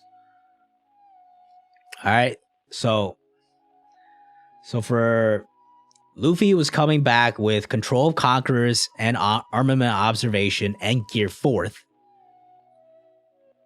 After that, we have Sanji, who came back with... honestly, Sanji might have been done dirty. Sanji came back with Observation and Armament and some cooking recipes that he never used again after Punk Hazard. Zoro comes back with Armament and Observation, and that's really it. But he's a swordsman, you know what I'm saying? So like, there's not much else that we can contribute. You could say like Ashura and stuff like that, but that happened after Wano, after he got Enma, so he went through more training to get that. So I'm not including that. After that, we have Nami with the Clean attack. Then we have Usopp with the Pop Greens, Chopper with more forms and the control of Monster Point. Oh yeah, Sanji could Sky and Blue Walk. That's correct. That's a good point. Frankie comes decked out with weapons and the General Frankie.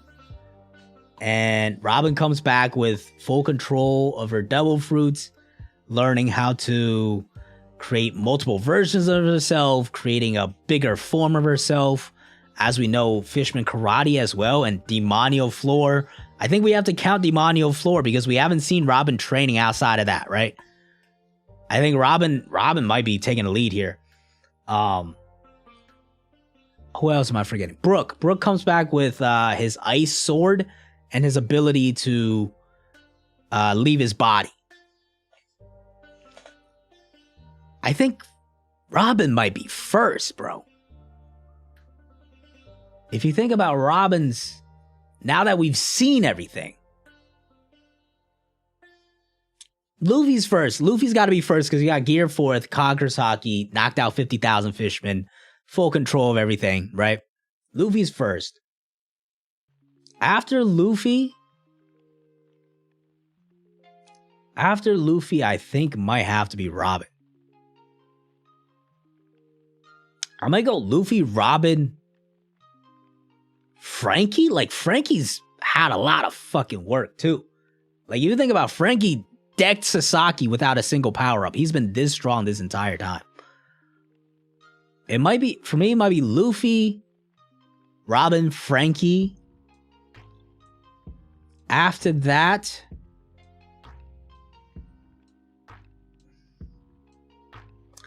we're looking at... The thing is, Zoro, from the time skip to before Wano, he didn't really show too much.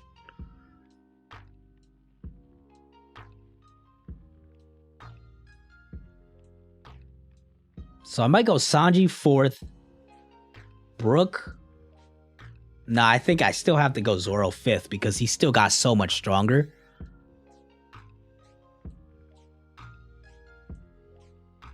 Yeah. Luffy, Robin, Frankie, Sanji, Zoro,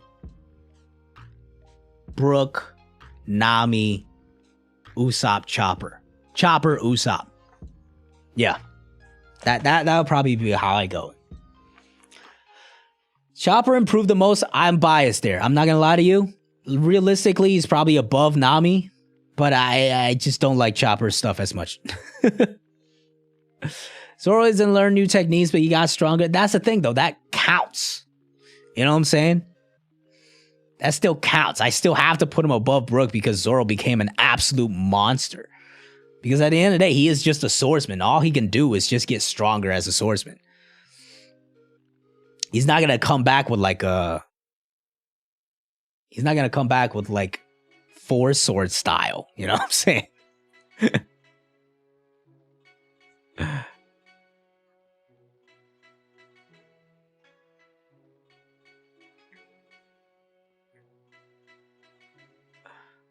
Chopper getting bodied by trees.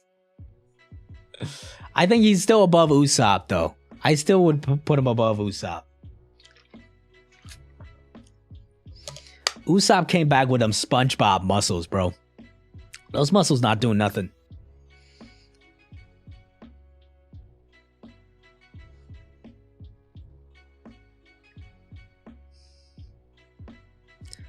Luffy, Chopper, Frankie, and Robin for me.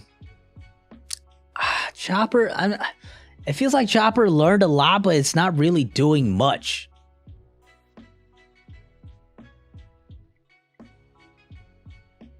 You know what? Like, I will say this about Chopper. He did smack the shit out of Queen in Monster Point. I know that was after Caesar messed with it and he could go a longer distance, but the power was still always there, right? So maybe Chopper above Nami. Nami came back with the weather eggs. Honestly, that was kind of... Maybe Chopper above Nami. Nami really got better, I think, after Usopp put the pop greens in their Clean Attack. And, of course, Zeus as well. But that was, like, after the time skip happened, right? Like, after we came back already.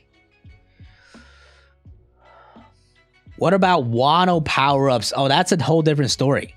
Wano power-ups is clearly Luffy first. Zoro second, Sanji third. Like, clearly. Right? So if you want to talk about Wano, it's Luffy, Zoro, Sanji. After that, I'll probably go Jinbei. Robin, Frankie, Brook, Nami, Usopp. Well, no, Chopper, Nami, Chopper, Usopp. That was probably how I would go. You say Robin fourth, but she got gassed after that fight. Jinbei dusted Who's Who like it was nothing.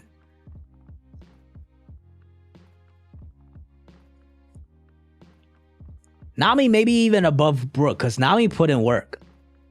Maybe not technically not Nami, because she got Zeus.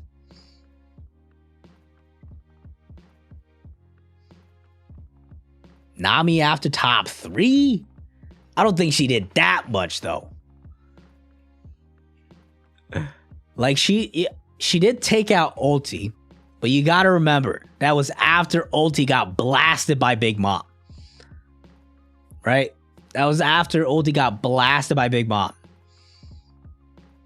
So the fact that Frankie, Robin, and Jinbei all took out their Toby Ropo members just on their own, I still have them above. But I will say Nami probably did more than Brook. So Nami's probably after the adult trio besides Brook.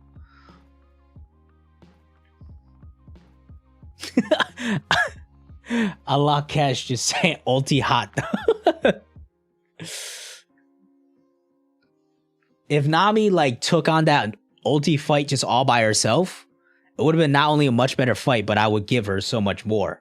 But like Big Mom just switched sides middle of the fight. And now that I think about it though, did Chopper do more than Brook and Wano?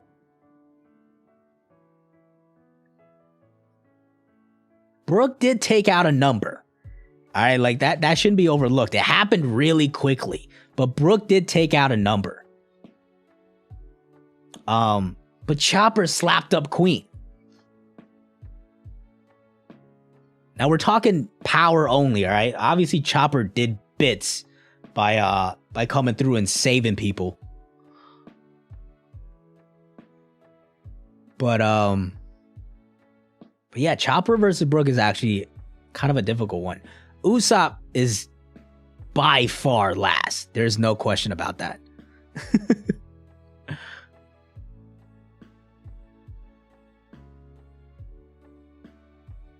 Chopper fought Queen temporarily. Yeah. That's actually a pretty big deal. I'm not gonna lie to you. That's a pretty big deal. That's probably more than what Brook did in Wano. Yeah. I would say it's Monster Trio, then Jinbei, Robin, Frankie. But those are honestly close. Like, Frankie didn't struggle at all with this fight. He walked through it. Robin just was more devastating. But Jinbei just like also walked through Who's Who like it was nothing. And Who's Who seemed to be the strongest one. After that, I would say then it's Nami, then it's Chopper, then it's Brook. All three of them, like Nami is clear above those guys. And then, you know, Chopper and Brook, I wish they did a little more, but they at least contributed a good amount. And then Usopp was just down bad, man. Usopp was down bad that arc. I like the highlight when the fact that the highlight of Usopp and Onigashima was him firing off Kibi Dongos is so sad.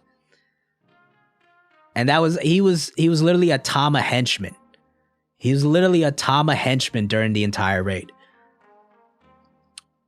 That was so sad. I owed a better.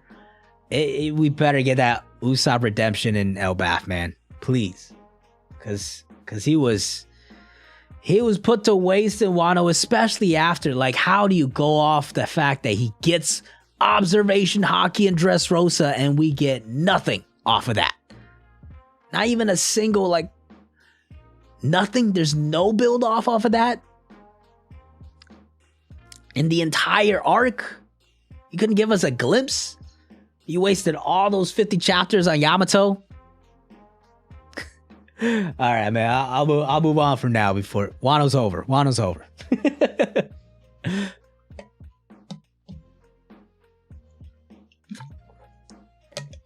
He's still not in proper control. Give us something, though. Give us development of him gaining some control. That I would much rather have that than all of that nonsense with Yamato that we got.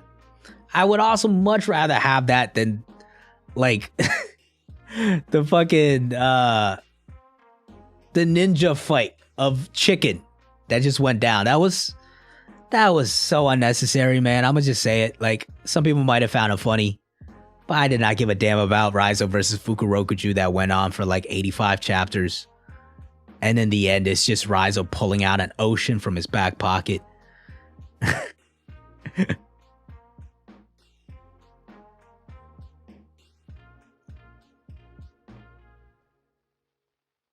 One Piece or JJK? Let's not go that far, bro. Wano had his flaws that I'm talking about. It's One Piece, clear. I dropped JJK after Shibuya.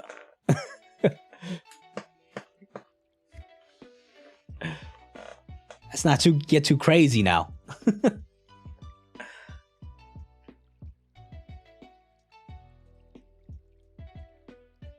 Raizo's determination, bro. No. Oh. Respect Raizo's determination. I'm not gonna do it. That's the thing. That thing dragged on for so long, and then like, and then it just ended so quickly. It's the same thing as Denjiro. Like, I didn't care too much about Denjiro's comeback to cut off Orochi, because he was literally, Oda just made him disappear off screen without an explanation. He was just like, you know what? I want this moment to happen. So Denjiro, I'm just going to stop drawing you for a year and a half. And then boom, he comes back at this big moment, which, like, cool, but like, it's been a year and a half. It's been like 60 chapters. I have no reason to care about Denjiro anymore.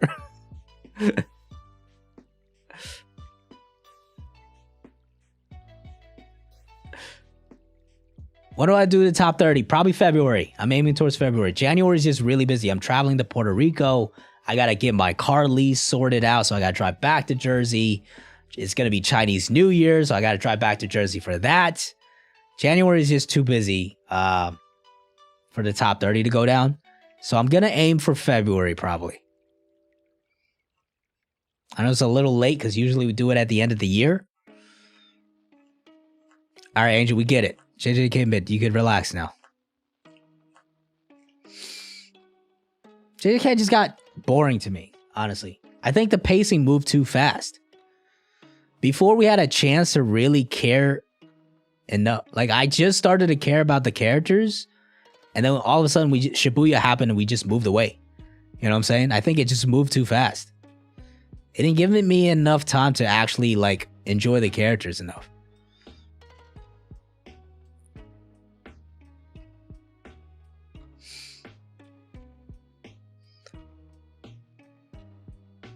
I'll be manga only for One Piece until anime passes Wano, because it's too damn hard to watch without cringing. The way to do it is to go on Twitter, see which episodes are getting absolutely gassed up, and be like, okay, let's check this one out. That's the way to do it, man. Who should be part of the Straw Hats in a fight against the 10 Titanic captains? The 10th captain could be Kuzan, and Kuzan could be Sword, so it might not matter. It's probably going to be a 9v9, I think. Angel, appreciate it. Appreciate the love, man. Thank you. Just no need to keep spamming JJK mid. You good now, though. Get a new Model Y in February. Okay, Kuya, I see you. Call you making bags. That's exciting.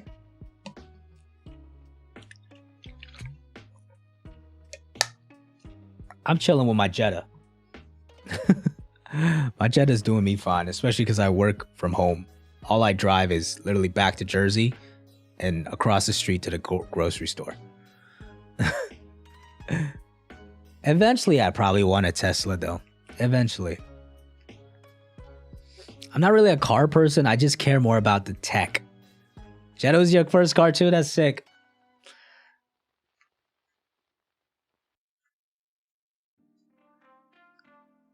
Could Moria be the 10th captain? I don't think Moria's relevant anymore. He could actually be dead. Because I don't see any plot relevance for Moria anymore. He could actually be dead. Awakening for Logius. Now, obviously, like, we saw what happened to Punk Hazard, right? So clearly it affects, like, the environment as a whole to some degree. So that's got to be part of it. Beyond that, I don't know. Oda, I'm sure Oda's going to get super creative with it. Moria is S-Fat. I'll keep saying that. We'll see S-Fat soon, I think. By the way, who do we think this mysterious like group of people that's gonna help them? Is it Lunarians? Or is it like one? I can't imagine. I don't know if it's like one person. I don't know who else would be hiding that from the government. It might be. I feel like it's got to be Lunarians, right? Someone from the Void Century? It could be a new character. That's completely possible as well. Power gap between Zoro and Luffy? I think there's a decent gap. Is it crazy gap? I wouldn't say so. I think it's a decent gap. How was the chapter? Chapter was amazing. That was what Egghead continues to be absolutely elite. Scopper Gabon? Does he have a reason to hide from the world government? If he's really that strong, I feel like he would... Like, if he's still that strong, I feel like he'd be just, like, rallying, you know? I've given up on actually seeing Scopper Gabon. It'd be also kind of random for Scopper Gabon to be here. The Anime Wednesday. No, I do not watch it. You know what I've been reading a lot recently? Manhwa. There's a really good world of manhwa out there. If you're not reading manhwa, I implore you to explore that world because the art is crazy, okay? Anybody that read Solo Leveling knows like manhwa art is crazy. It's just kind of new to the scene, so there's not enough like finished stories, and there's and a lot of them are pretty generic, all kind of following the same model. But there's some really good hidden gems in there.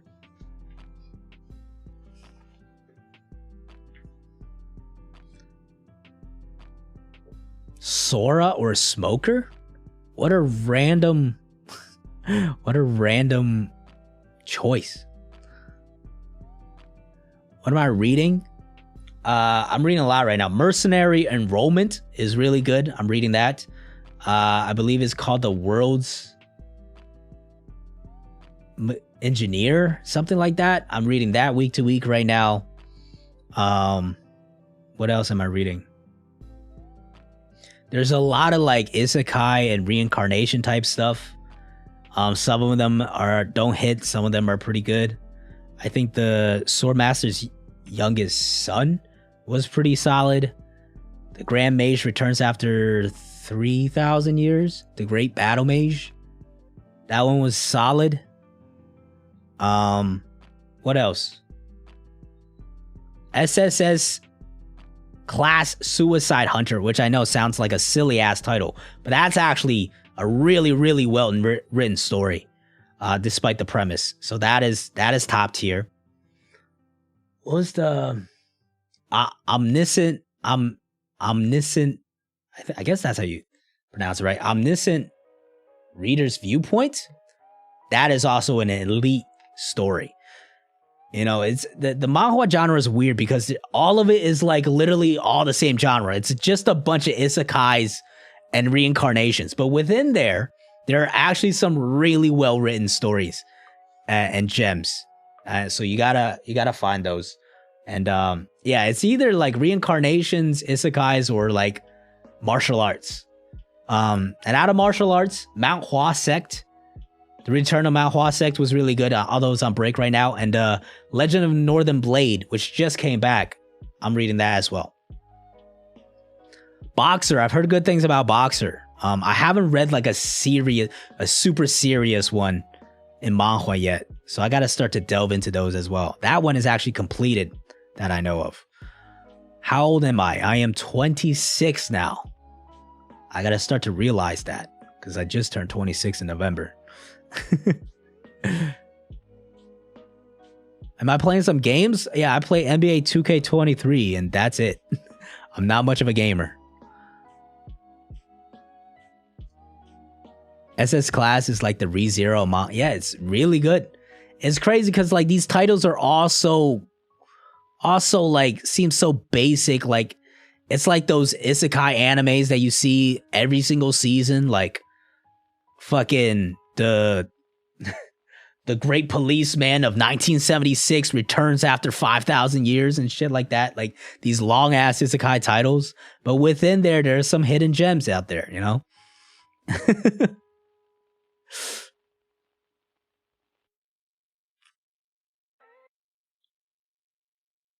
Nah, man, I'm not 22. Your boy is 26.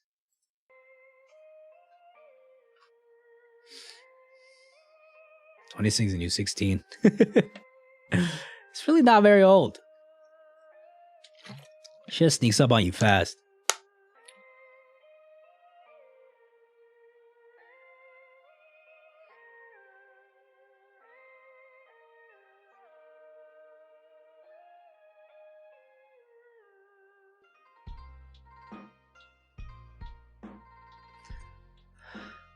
And now making a comeback will be a sight to see. I agree. I just don't know if it happens. Somebody asked earlier about sports anime. I love them. Slam Dunk is my number one all time. Haikyuu is amazing. I could go get it, honestly. In my closet, I have a Haikyuu jersey and an Aoashi jersey, which my friend Kev got me. You saw him earlier, Zary K. He got me for my birthday. And yeah, Aoashi is amazing. I've seen Kuroko, which could be a little silly, but I have fun with it. Hajime no Ippo, I read for a while before I dropped it because I just kind of fell out of it. For no particular reason, it's just kind of long and I kind of fell out of it. I think I remember I spoiled myself on something and I just got disinterested. Blue Lock is a fun, edgy manga. I had fun with it for a while, but I dropped that one.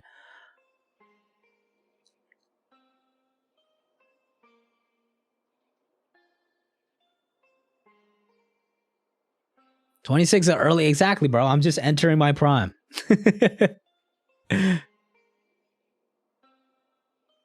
Honestly, for like sports is really like 27 to 33, 34. But if you're like a grown-ass person and like whatever you're doing, you're in your prime, I think, at least until you're 36. Like, you know what I'm saying? There's, especially this day and age, people are not following these traditional family routes of like starting a family when they're 30 and shit like that. You know, the times are different. You know, a lot of people are not finishing school until my age. I didn't graduate because I took a year and a half off. I didn't graduate until I was 24. Yeah, I didn't graduate until I was 24. And like so many people build their businesses later on as well. I know my sister just opened her business up when she was 30. It's been 5 years. So when she was like 32, you know what I'm saying? So like, yeah, the prime of your life and career, unless you're playing like sports, up until you're 40, I would say. Like 40s and 50s, I would say at that point, you probably want to enjoy life a little more. Just like kick it back and like chill out a bit. Yeah, enjoy the fruits of your labor, right? I would say the time to grind is from like your mid to late 20s up until your mid to late 30s. But yeah, everybody has their own journey as well. Some people get started super early. Like my guy Kuya, age 22, about to get his first Tesla. You love to see it. But you also have some people on slower timelines. Like my journey's been crazy. My boy Al, still in med school. Still doing school, but he's at UPenn Ivy League. Gonna be a big time doctor when he finishes it, but it's a long process. He's gonna be like 30 when he actually has his first official job, like as a doctor. thoughts on college? College is depends on who you are, man. You know, for if you want to do a big time career like software engineer or lawyer or Tina, who's a pharmacist, you need college. It's a good experience to, you know, like leave your bubble and you know, be on your own, make friends, make experiences. That's what it does for a lot of people. As far as developing like knowledge and skills, it is not perfect in any way. You could definitely grow a business outside of college and be a real estate agent and a whole bunch of stuff. Like if you want to be the most efficient, there's better options than college for sure. But one thing I will say about college is it's a really good opportunity for you to not only learn more about yourself and grow and experience things, but it's an important, I think the education is important to keep accountability for yourself. It's a good opportunity for you to mature and like learn accountability, because now you're paying a lot of fucking money, and grades matter a lot, right? So like you got to really hold yourself to that standard, or else you're wasting away more than just like some bad grades. You know what I'm saying? That every dollar you spent is spent towards those grades, towards your career, right? So I think that's something I learned my second go around in college. My first go around in college, I was way more focused on just like having fun and chilling, and not like, I still treated college like high school. So my grades were like B-. So like that's like a 2.7 GPA. Like, you don't realize like a 3.0 is like B average, like over a B average at least. So like I was definitely not ready that first time. But it also helped me understand like, hey, like my mind's not in it, because like I was going for finance at the point, and I was definitely not locked in. It was just not a career path I was incredibly confident in, incredibly interested in. And that kind of helped me realize like, yes, number one, my work ethic towards college right now is terrible. Number two, part of the reason that's happening is because this career path is one that I'm not fully focused in on either. Right. So I had to kind of learn that, you know, take a step back, took a year and a half off and just worked, and kind of learned accountability in that way. And then I went back to college, found the career path that suited towards me with video production. But I also just went back with a new mindset of like, let's take it really seriously this time. Hold yourself to a higher standard. And this time around, I graduated with a 3.8 GPA.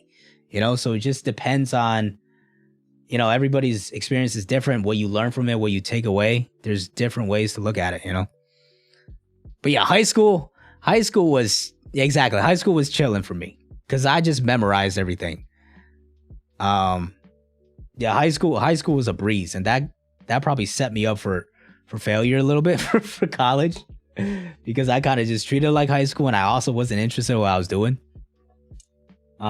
But yeah, high school was a breeze. I graduated with good grades, and I was just chilling, and I definitely owe a lot to my friends, because I would just copy my boy Tim. Every class he was in, his homework was my homework. All right, like I'll be like, yo, Tim, come through with the math homework, man. I definitely breezed by high school with the minimal effort.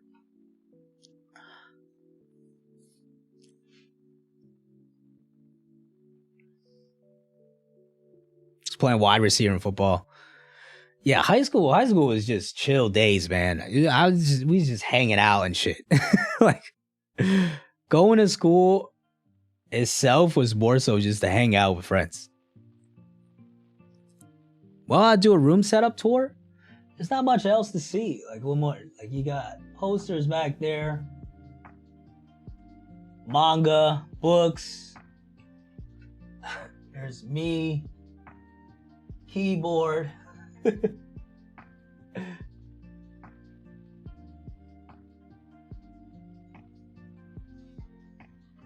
Two monitors here.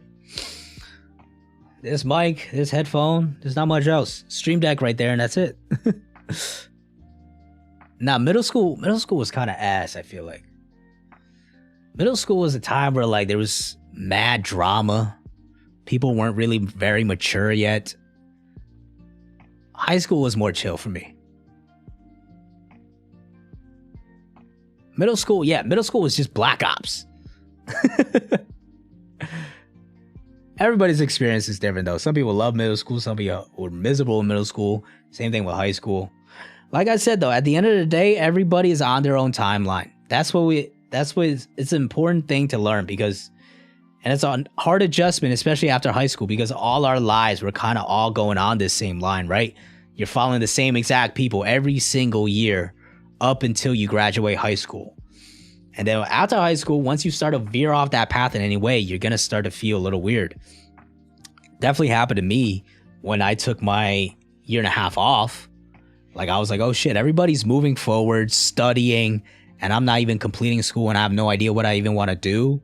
Am I falling behind?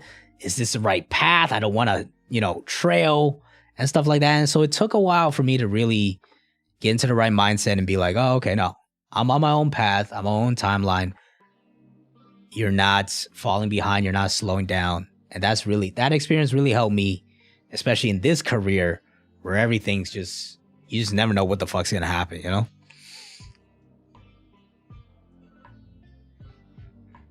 Middle school was a time I could actually take it easy. I took it too easy in middle school. Before high school, I literally did not take my grades serious at all. I used to get C's for days, and I would get my PS3 taken away all the time. But once I got to high school, I was like, oh shit, okay, this shit actually counts for something. And then like something just clicked, and I just tried a little bit harder. And I actually started putting in some effort and finished high school pretty easily. Do I have a girlfriend or a wife? Did you ask that earlier or did somebody else ask that earlier? I have a girlfriend. Her name is Tina. If you might see her on stream sometimes. I'm D Queen. Been together for 3 years now. She also lives with me. Right now she's at work.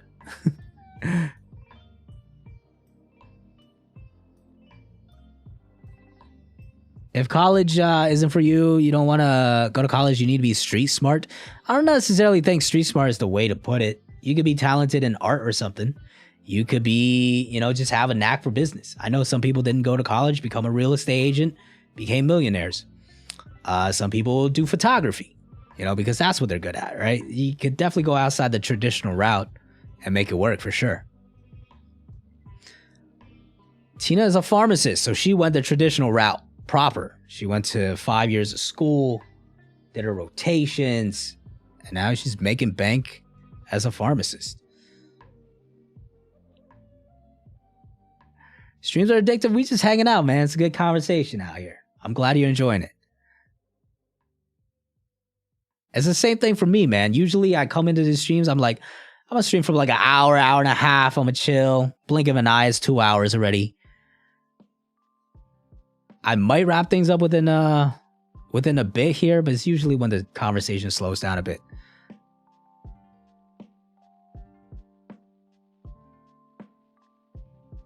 Didn't go to college, became a software engineer. Learn how to program languages. Exactly. It's all about different paths. Some people could hustle right out high school like that. Some people go do real estate and they'll be working 80-hour weeks as an 18-year-old real estate agent and they make it that way, right? But some people, they need some time to kind of learn. I was one of those people. I was not ready to fucking put in 80 hours straight out of high school like that. I didn't have that kind of vision or drive or ambition, So I need to kind of go through my experiences, learn from it, eventually work a lot, kind of build a little more work ethic and accountability. Eventually went back to school, learn more about what I like to do, what I'm good at. Like school, not only did I go back and I think with a new sense of accountability, which allowed me to get good grades, but school really gave me a lot of confidence because as I went more and more into my major, like I had a lot of teachers tell me like, hey, you're really good at video production. You really have a good sense of learning and how to be a producer and like an overall vision and how to create a project. And, getting those experiences and learning, seeing how quickly I picked certain things up in this field and was really helped me grow my confidence. Like, oh, okay, I'm really good at this. How do I put these talents into use and stuff like that? Eventually it ended up ironically in YouTube because the pandemic happened and no opportunities in the outside world was really opened up. And so I kind of started YouTube as a hobby and then, just kind of use my skills in the same way. And it's worked out this way as well. So it's all about the journey. You're gonna have a lot of ups and downs. Just keep going on your own path, man. Trust the process.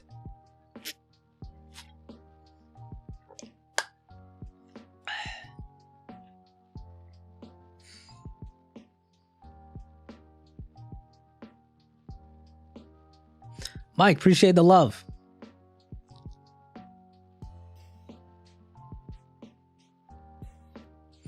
Kuya, flex, man. Flex your bag.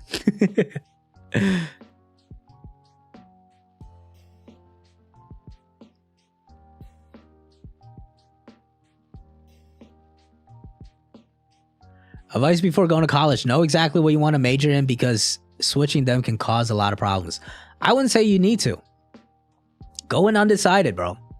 It's okay. It's okay to be undecided. You could even take a break during college. You can fall behind other people and eventually still figure it out. Like, it sounds like such a boomer thing to say, but like, you guys, when you're young, you're really young. You have a lot of time to figure shit out, man. You have a lot of time to figure shit out.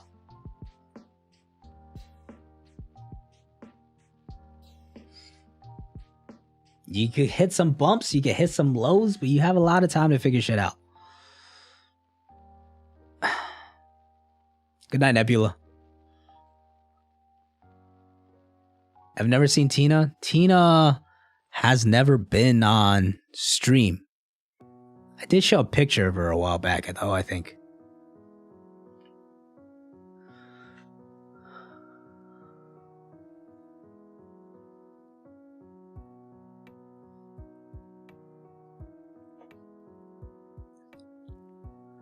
Depends on the school and how much you're paying in loans. True, that was part of it for me as well. Like, I was going to out of state. So I'm from Jersey. I went to UConn, ironically, and now that I'm living in Connecticut. So out of state tuition was crazy. You know what I'm saying? So after a year and a half, I was like, I'm not doing well. I'm not locked in. I'm also not sure this is the career that I want. And that's why I took a break, which is a scary ass move when you're just following this same path the whole time, you know?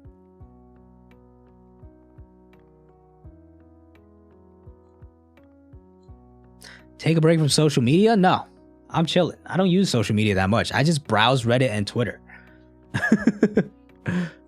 Where do I live? Connecticut. Do I have any pets? Not here. I have a dog back with my family. My family had a dog.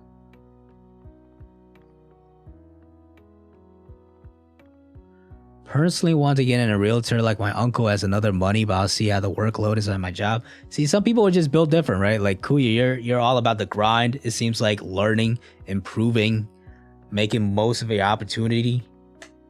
Everybody's different though, right? So like for me personally, I am incredibly capable of grinding when I'm really locked in to my goals and stuff. But I also just like, big part for me is like I really like to just enjoy everything in the moment. So like I think at my age, there's definitely people more successful than me, but I would bet there's a lot of people that have not had the same experiences that I have. Like I went to Japan with my friends at like age 20. I've been to Hawaii twice now with my girl. Been to Italy, traveled across the West Coast. Done road trips before with my friends, cruises.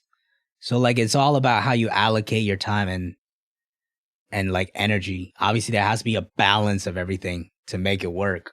But yeah, like once again, it goes back to everybody has their own journey and goals and stuff like that, and you can always make it work. Don't feel like you're ever locked into one path. You don't have to figure it all out at once. You don't have to be on this hustle mindset all the time. But if you want to be, it's great as well. You know, go for it. Go chase whatever success and goals that you want. If that's what fulfills you and satisfies you, that's great. Keep going, you know?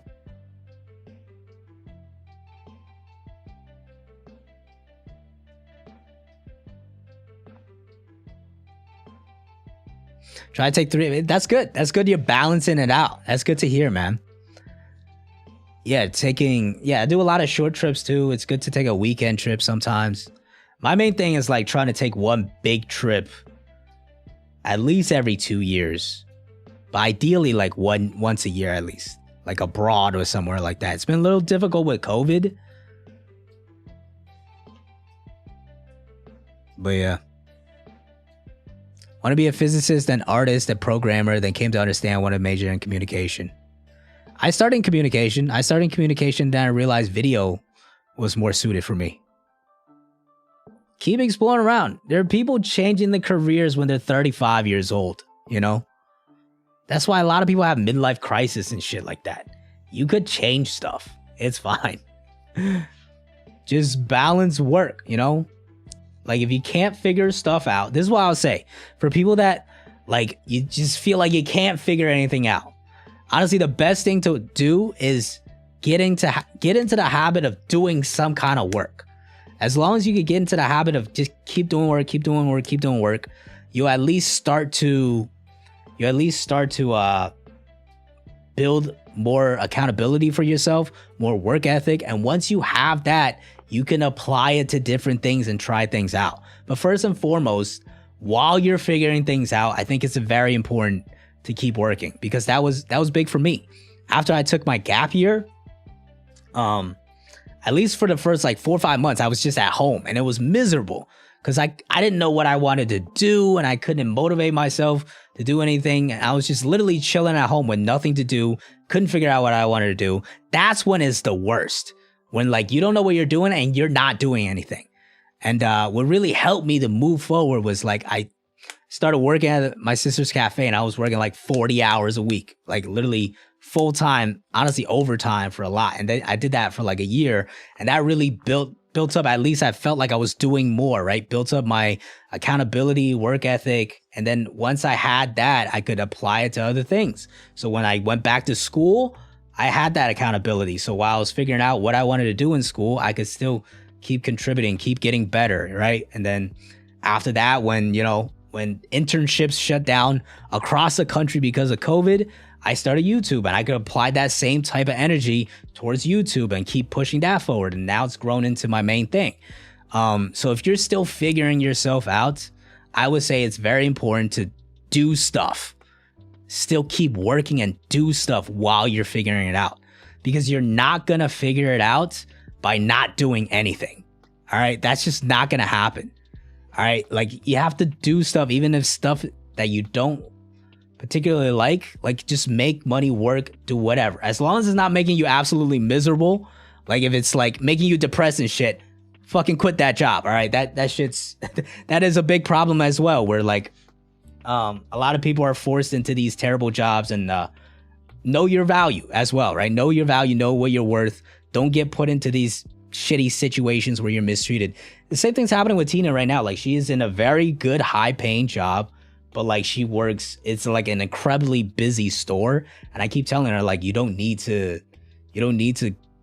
like keep this job if it's this busy. You could get another job. Like you're gaining a lot of work experience and you are valuable in, with your skills, and you should know that value and know when you have the ability to move on to other things, so just find that balance of like keep working and figuring it out, but also like find the right situations for you and know when you're being taken advantage of or in a situation you don't need to be, How long she worked there? In this store in particular, It's been about a year, but she works at Walgreens. She's been with Walgreens for a long time now. I think she will be looking for a new job soon. As she goes on, we have vacation coming up soon in January. She has about 2 weeks off. We're going to be spending a week in Puerto Rico with her sister and brother-in-law and stuff like that. But she's going to be taking that time to try to, at least start the process of looking for a new job and stuff. Started going to the gym at 5 a.m. Yeah, different things like that too. Gym could be one way of doing it. Just, you got to do different things. It's very difficult if you don't know what you're doing and you just try to figure it out. And it's like, oh, maybe I like art. You know what's going to happen if you don't have a consistent thing locking you in to work and you try to explore different hobbies?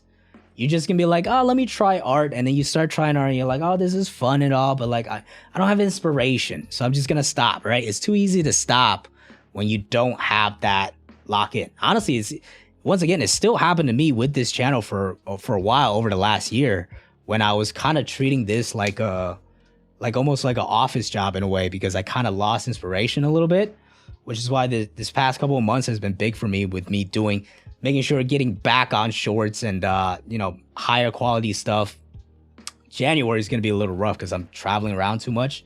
But once February hits, I know I'm going to try to, keep different standards so at least I have that standard to keep pushing forward while I'm kind of exploring and trying new things, Never took a break from school, but someone still get a feeling of void. Is something missing, like I'm not doing right? It's okay. Everybody has that feeling, I promise you.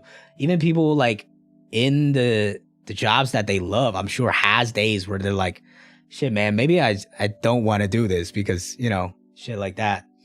But it's just part of the journey. Nobody's always going to have it. There's very few moments where it's going to feel like you just you got everything figured out.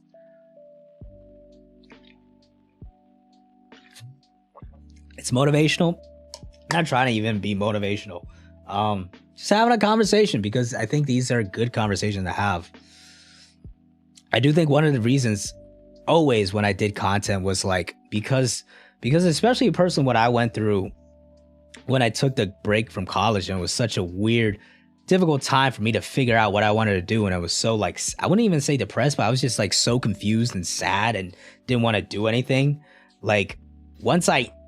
Because I now got here and I have figured it out and I have gotten a lot of experience, I always want to use my content to try to use it as a way to show people hey, you could figure it out later. You could figure it out eventually. There's a process. There's a lot of people out there feeling lost and don't know what to do. And, I've been through that myself. So I want to always have that conversation when possible, to help people where they can,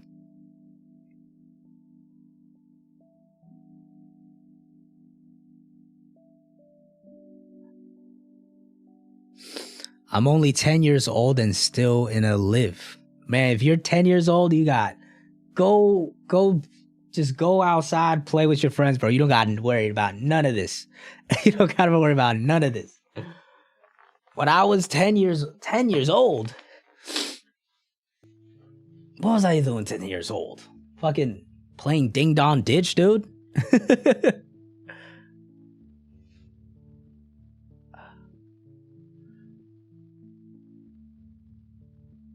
My dad had some shits days as a cop, but he always said to me, knew who he's doing for the community.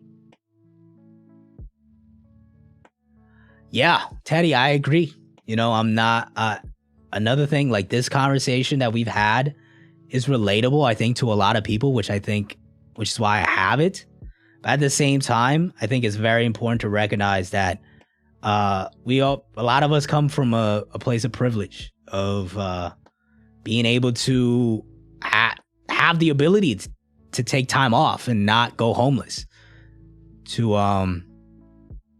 have people to support you, to have friends and family to support you. Some people just don't have that, right? And that's a bigger societal issue that we should always keep in mind and try to improve and make better as a whole. But yeah, that's a really good point. It's a sad type of hell for a lot of people out there, for sure.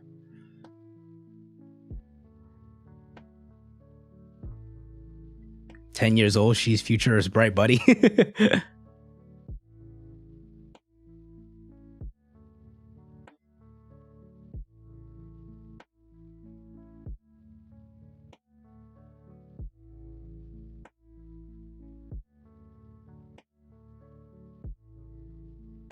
You dealing with that shit, man? I'm sorry to hear that, bro.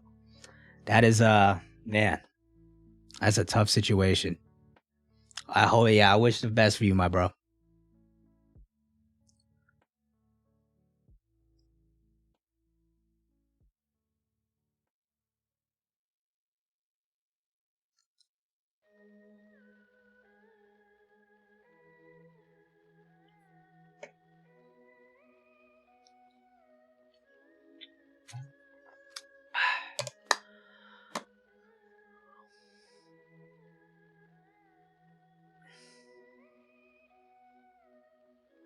Damn, what the hell?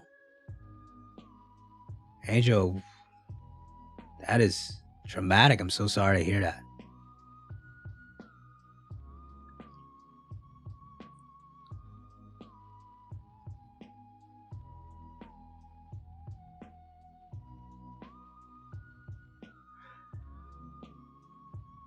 Crazy times, man. Crazy times. Stream got pretty therapeutic, pretty deep at the end here.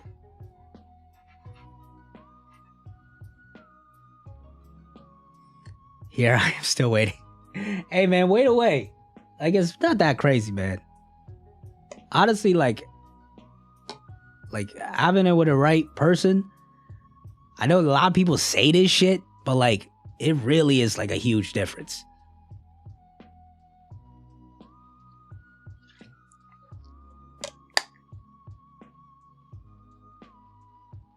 Example of bad decision. I had a buddy in high school who was a top recruit for colleges, play running back, hung out with a bad crowd, got arrested. There goes his dream. Damn, that's crazy.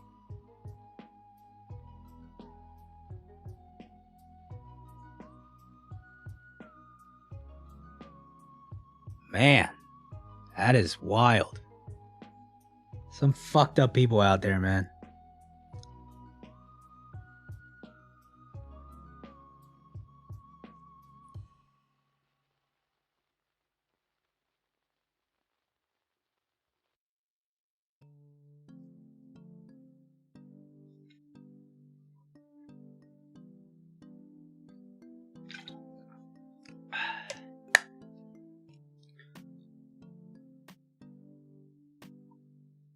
Do a try not to laugh challenge? What a random what a random switch. I don't think I'm gonna do a try not to laugh challenge right now. Actually, we are like 2 hours in. I think chat's slowing down now. I think I'm gonna wrap things up here. Took a deep down, so I switched all that stuff off. Listen, I'm here. I'm glad to hear you're doing better.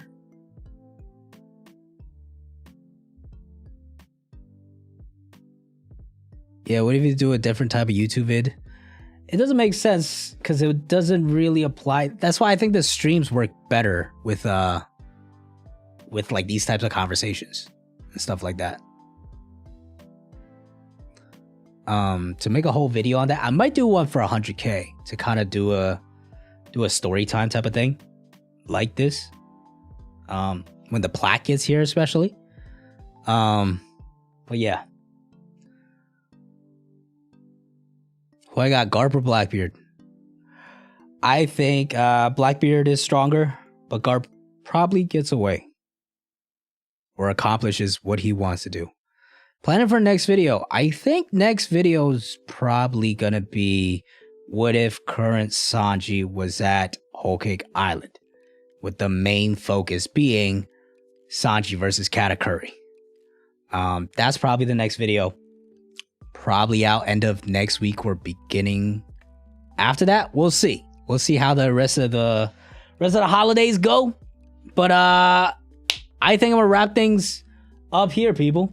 Once again, sorry for the lack of content. It's just really busy here in the holidays. Once it hits February, I know that's a whole ass month away, but once it hits February, things will slow down for me. And it's gonna be a level of consistency back on the channel. In the meantime, I'll keep doing these streams whenever a chapter drops. I'll try to get a couple videos out within the next month or so, a couple more shorts, stuff like that. But yeah, you know, it's the thing for me has always been like, if I got things to take care of, I'm gonna take care of those first, even if it's financially and business wise not a great move. But that's why it worked for fucking 2.5 years nonstop while I'm going to school, while I'm doing this channel. So I saved up a fuck ton of money so I could just chill when I need to be chill. But trust me, when it hits February, we'll be back on the grind consistently. I'll be really trying to grow this channel. People, fun ass stream. This was the deepest we probably gotten on stream. It was a really dope conversation. Huge, amazing chapter as well, and super early treat from Oda that I didn't even know we were getting. There's supposed to be a break after this chapter, I believe, from Shonen Jump, but we got this chapter a week early, and so I don't know when the fuck the next chapter is dropping, to be honest with you. It could be next week, it could be 3 weeks from now, or something like that. But until then, Happy New Year to every single one of y'all. Hope you had a happy holidays as well. Spend some time with your family and friends, and yeah, see y'all in 2023, people. It's been a good one. Peace.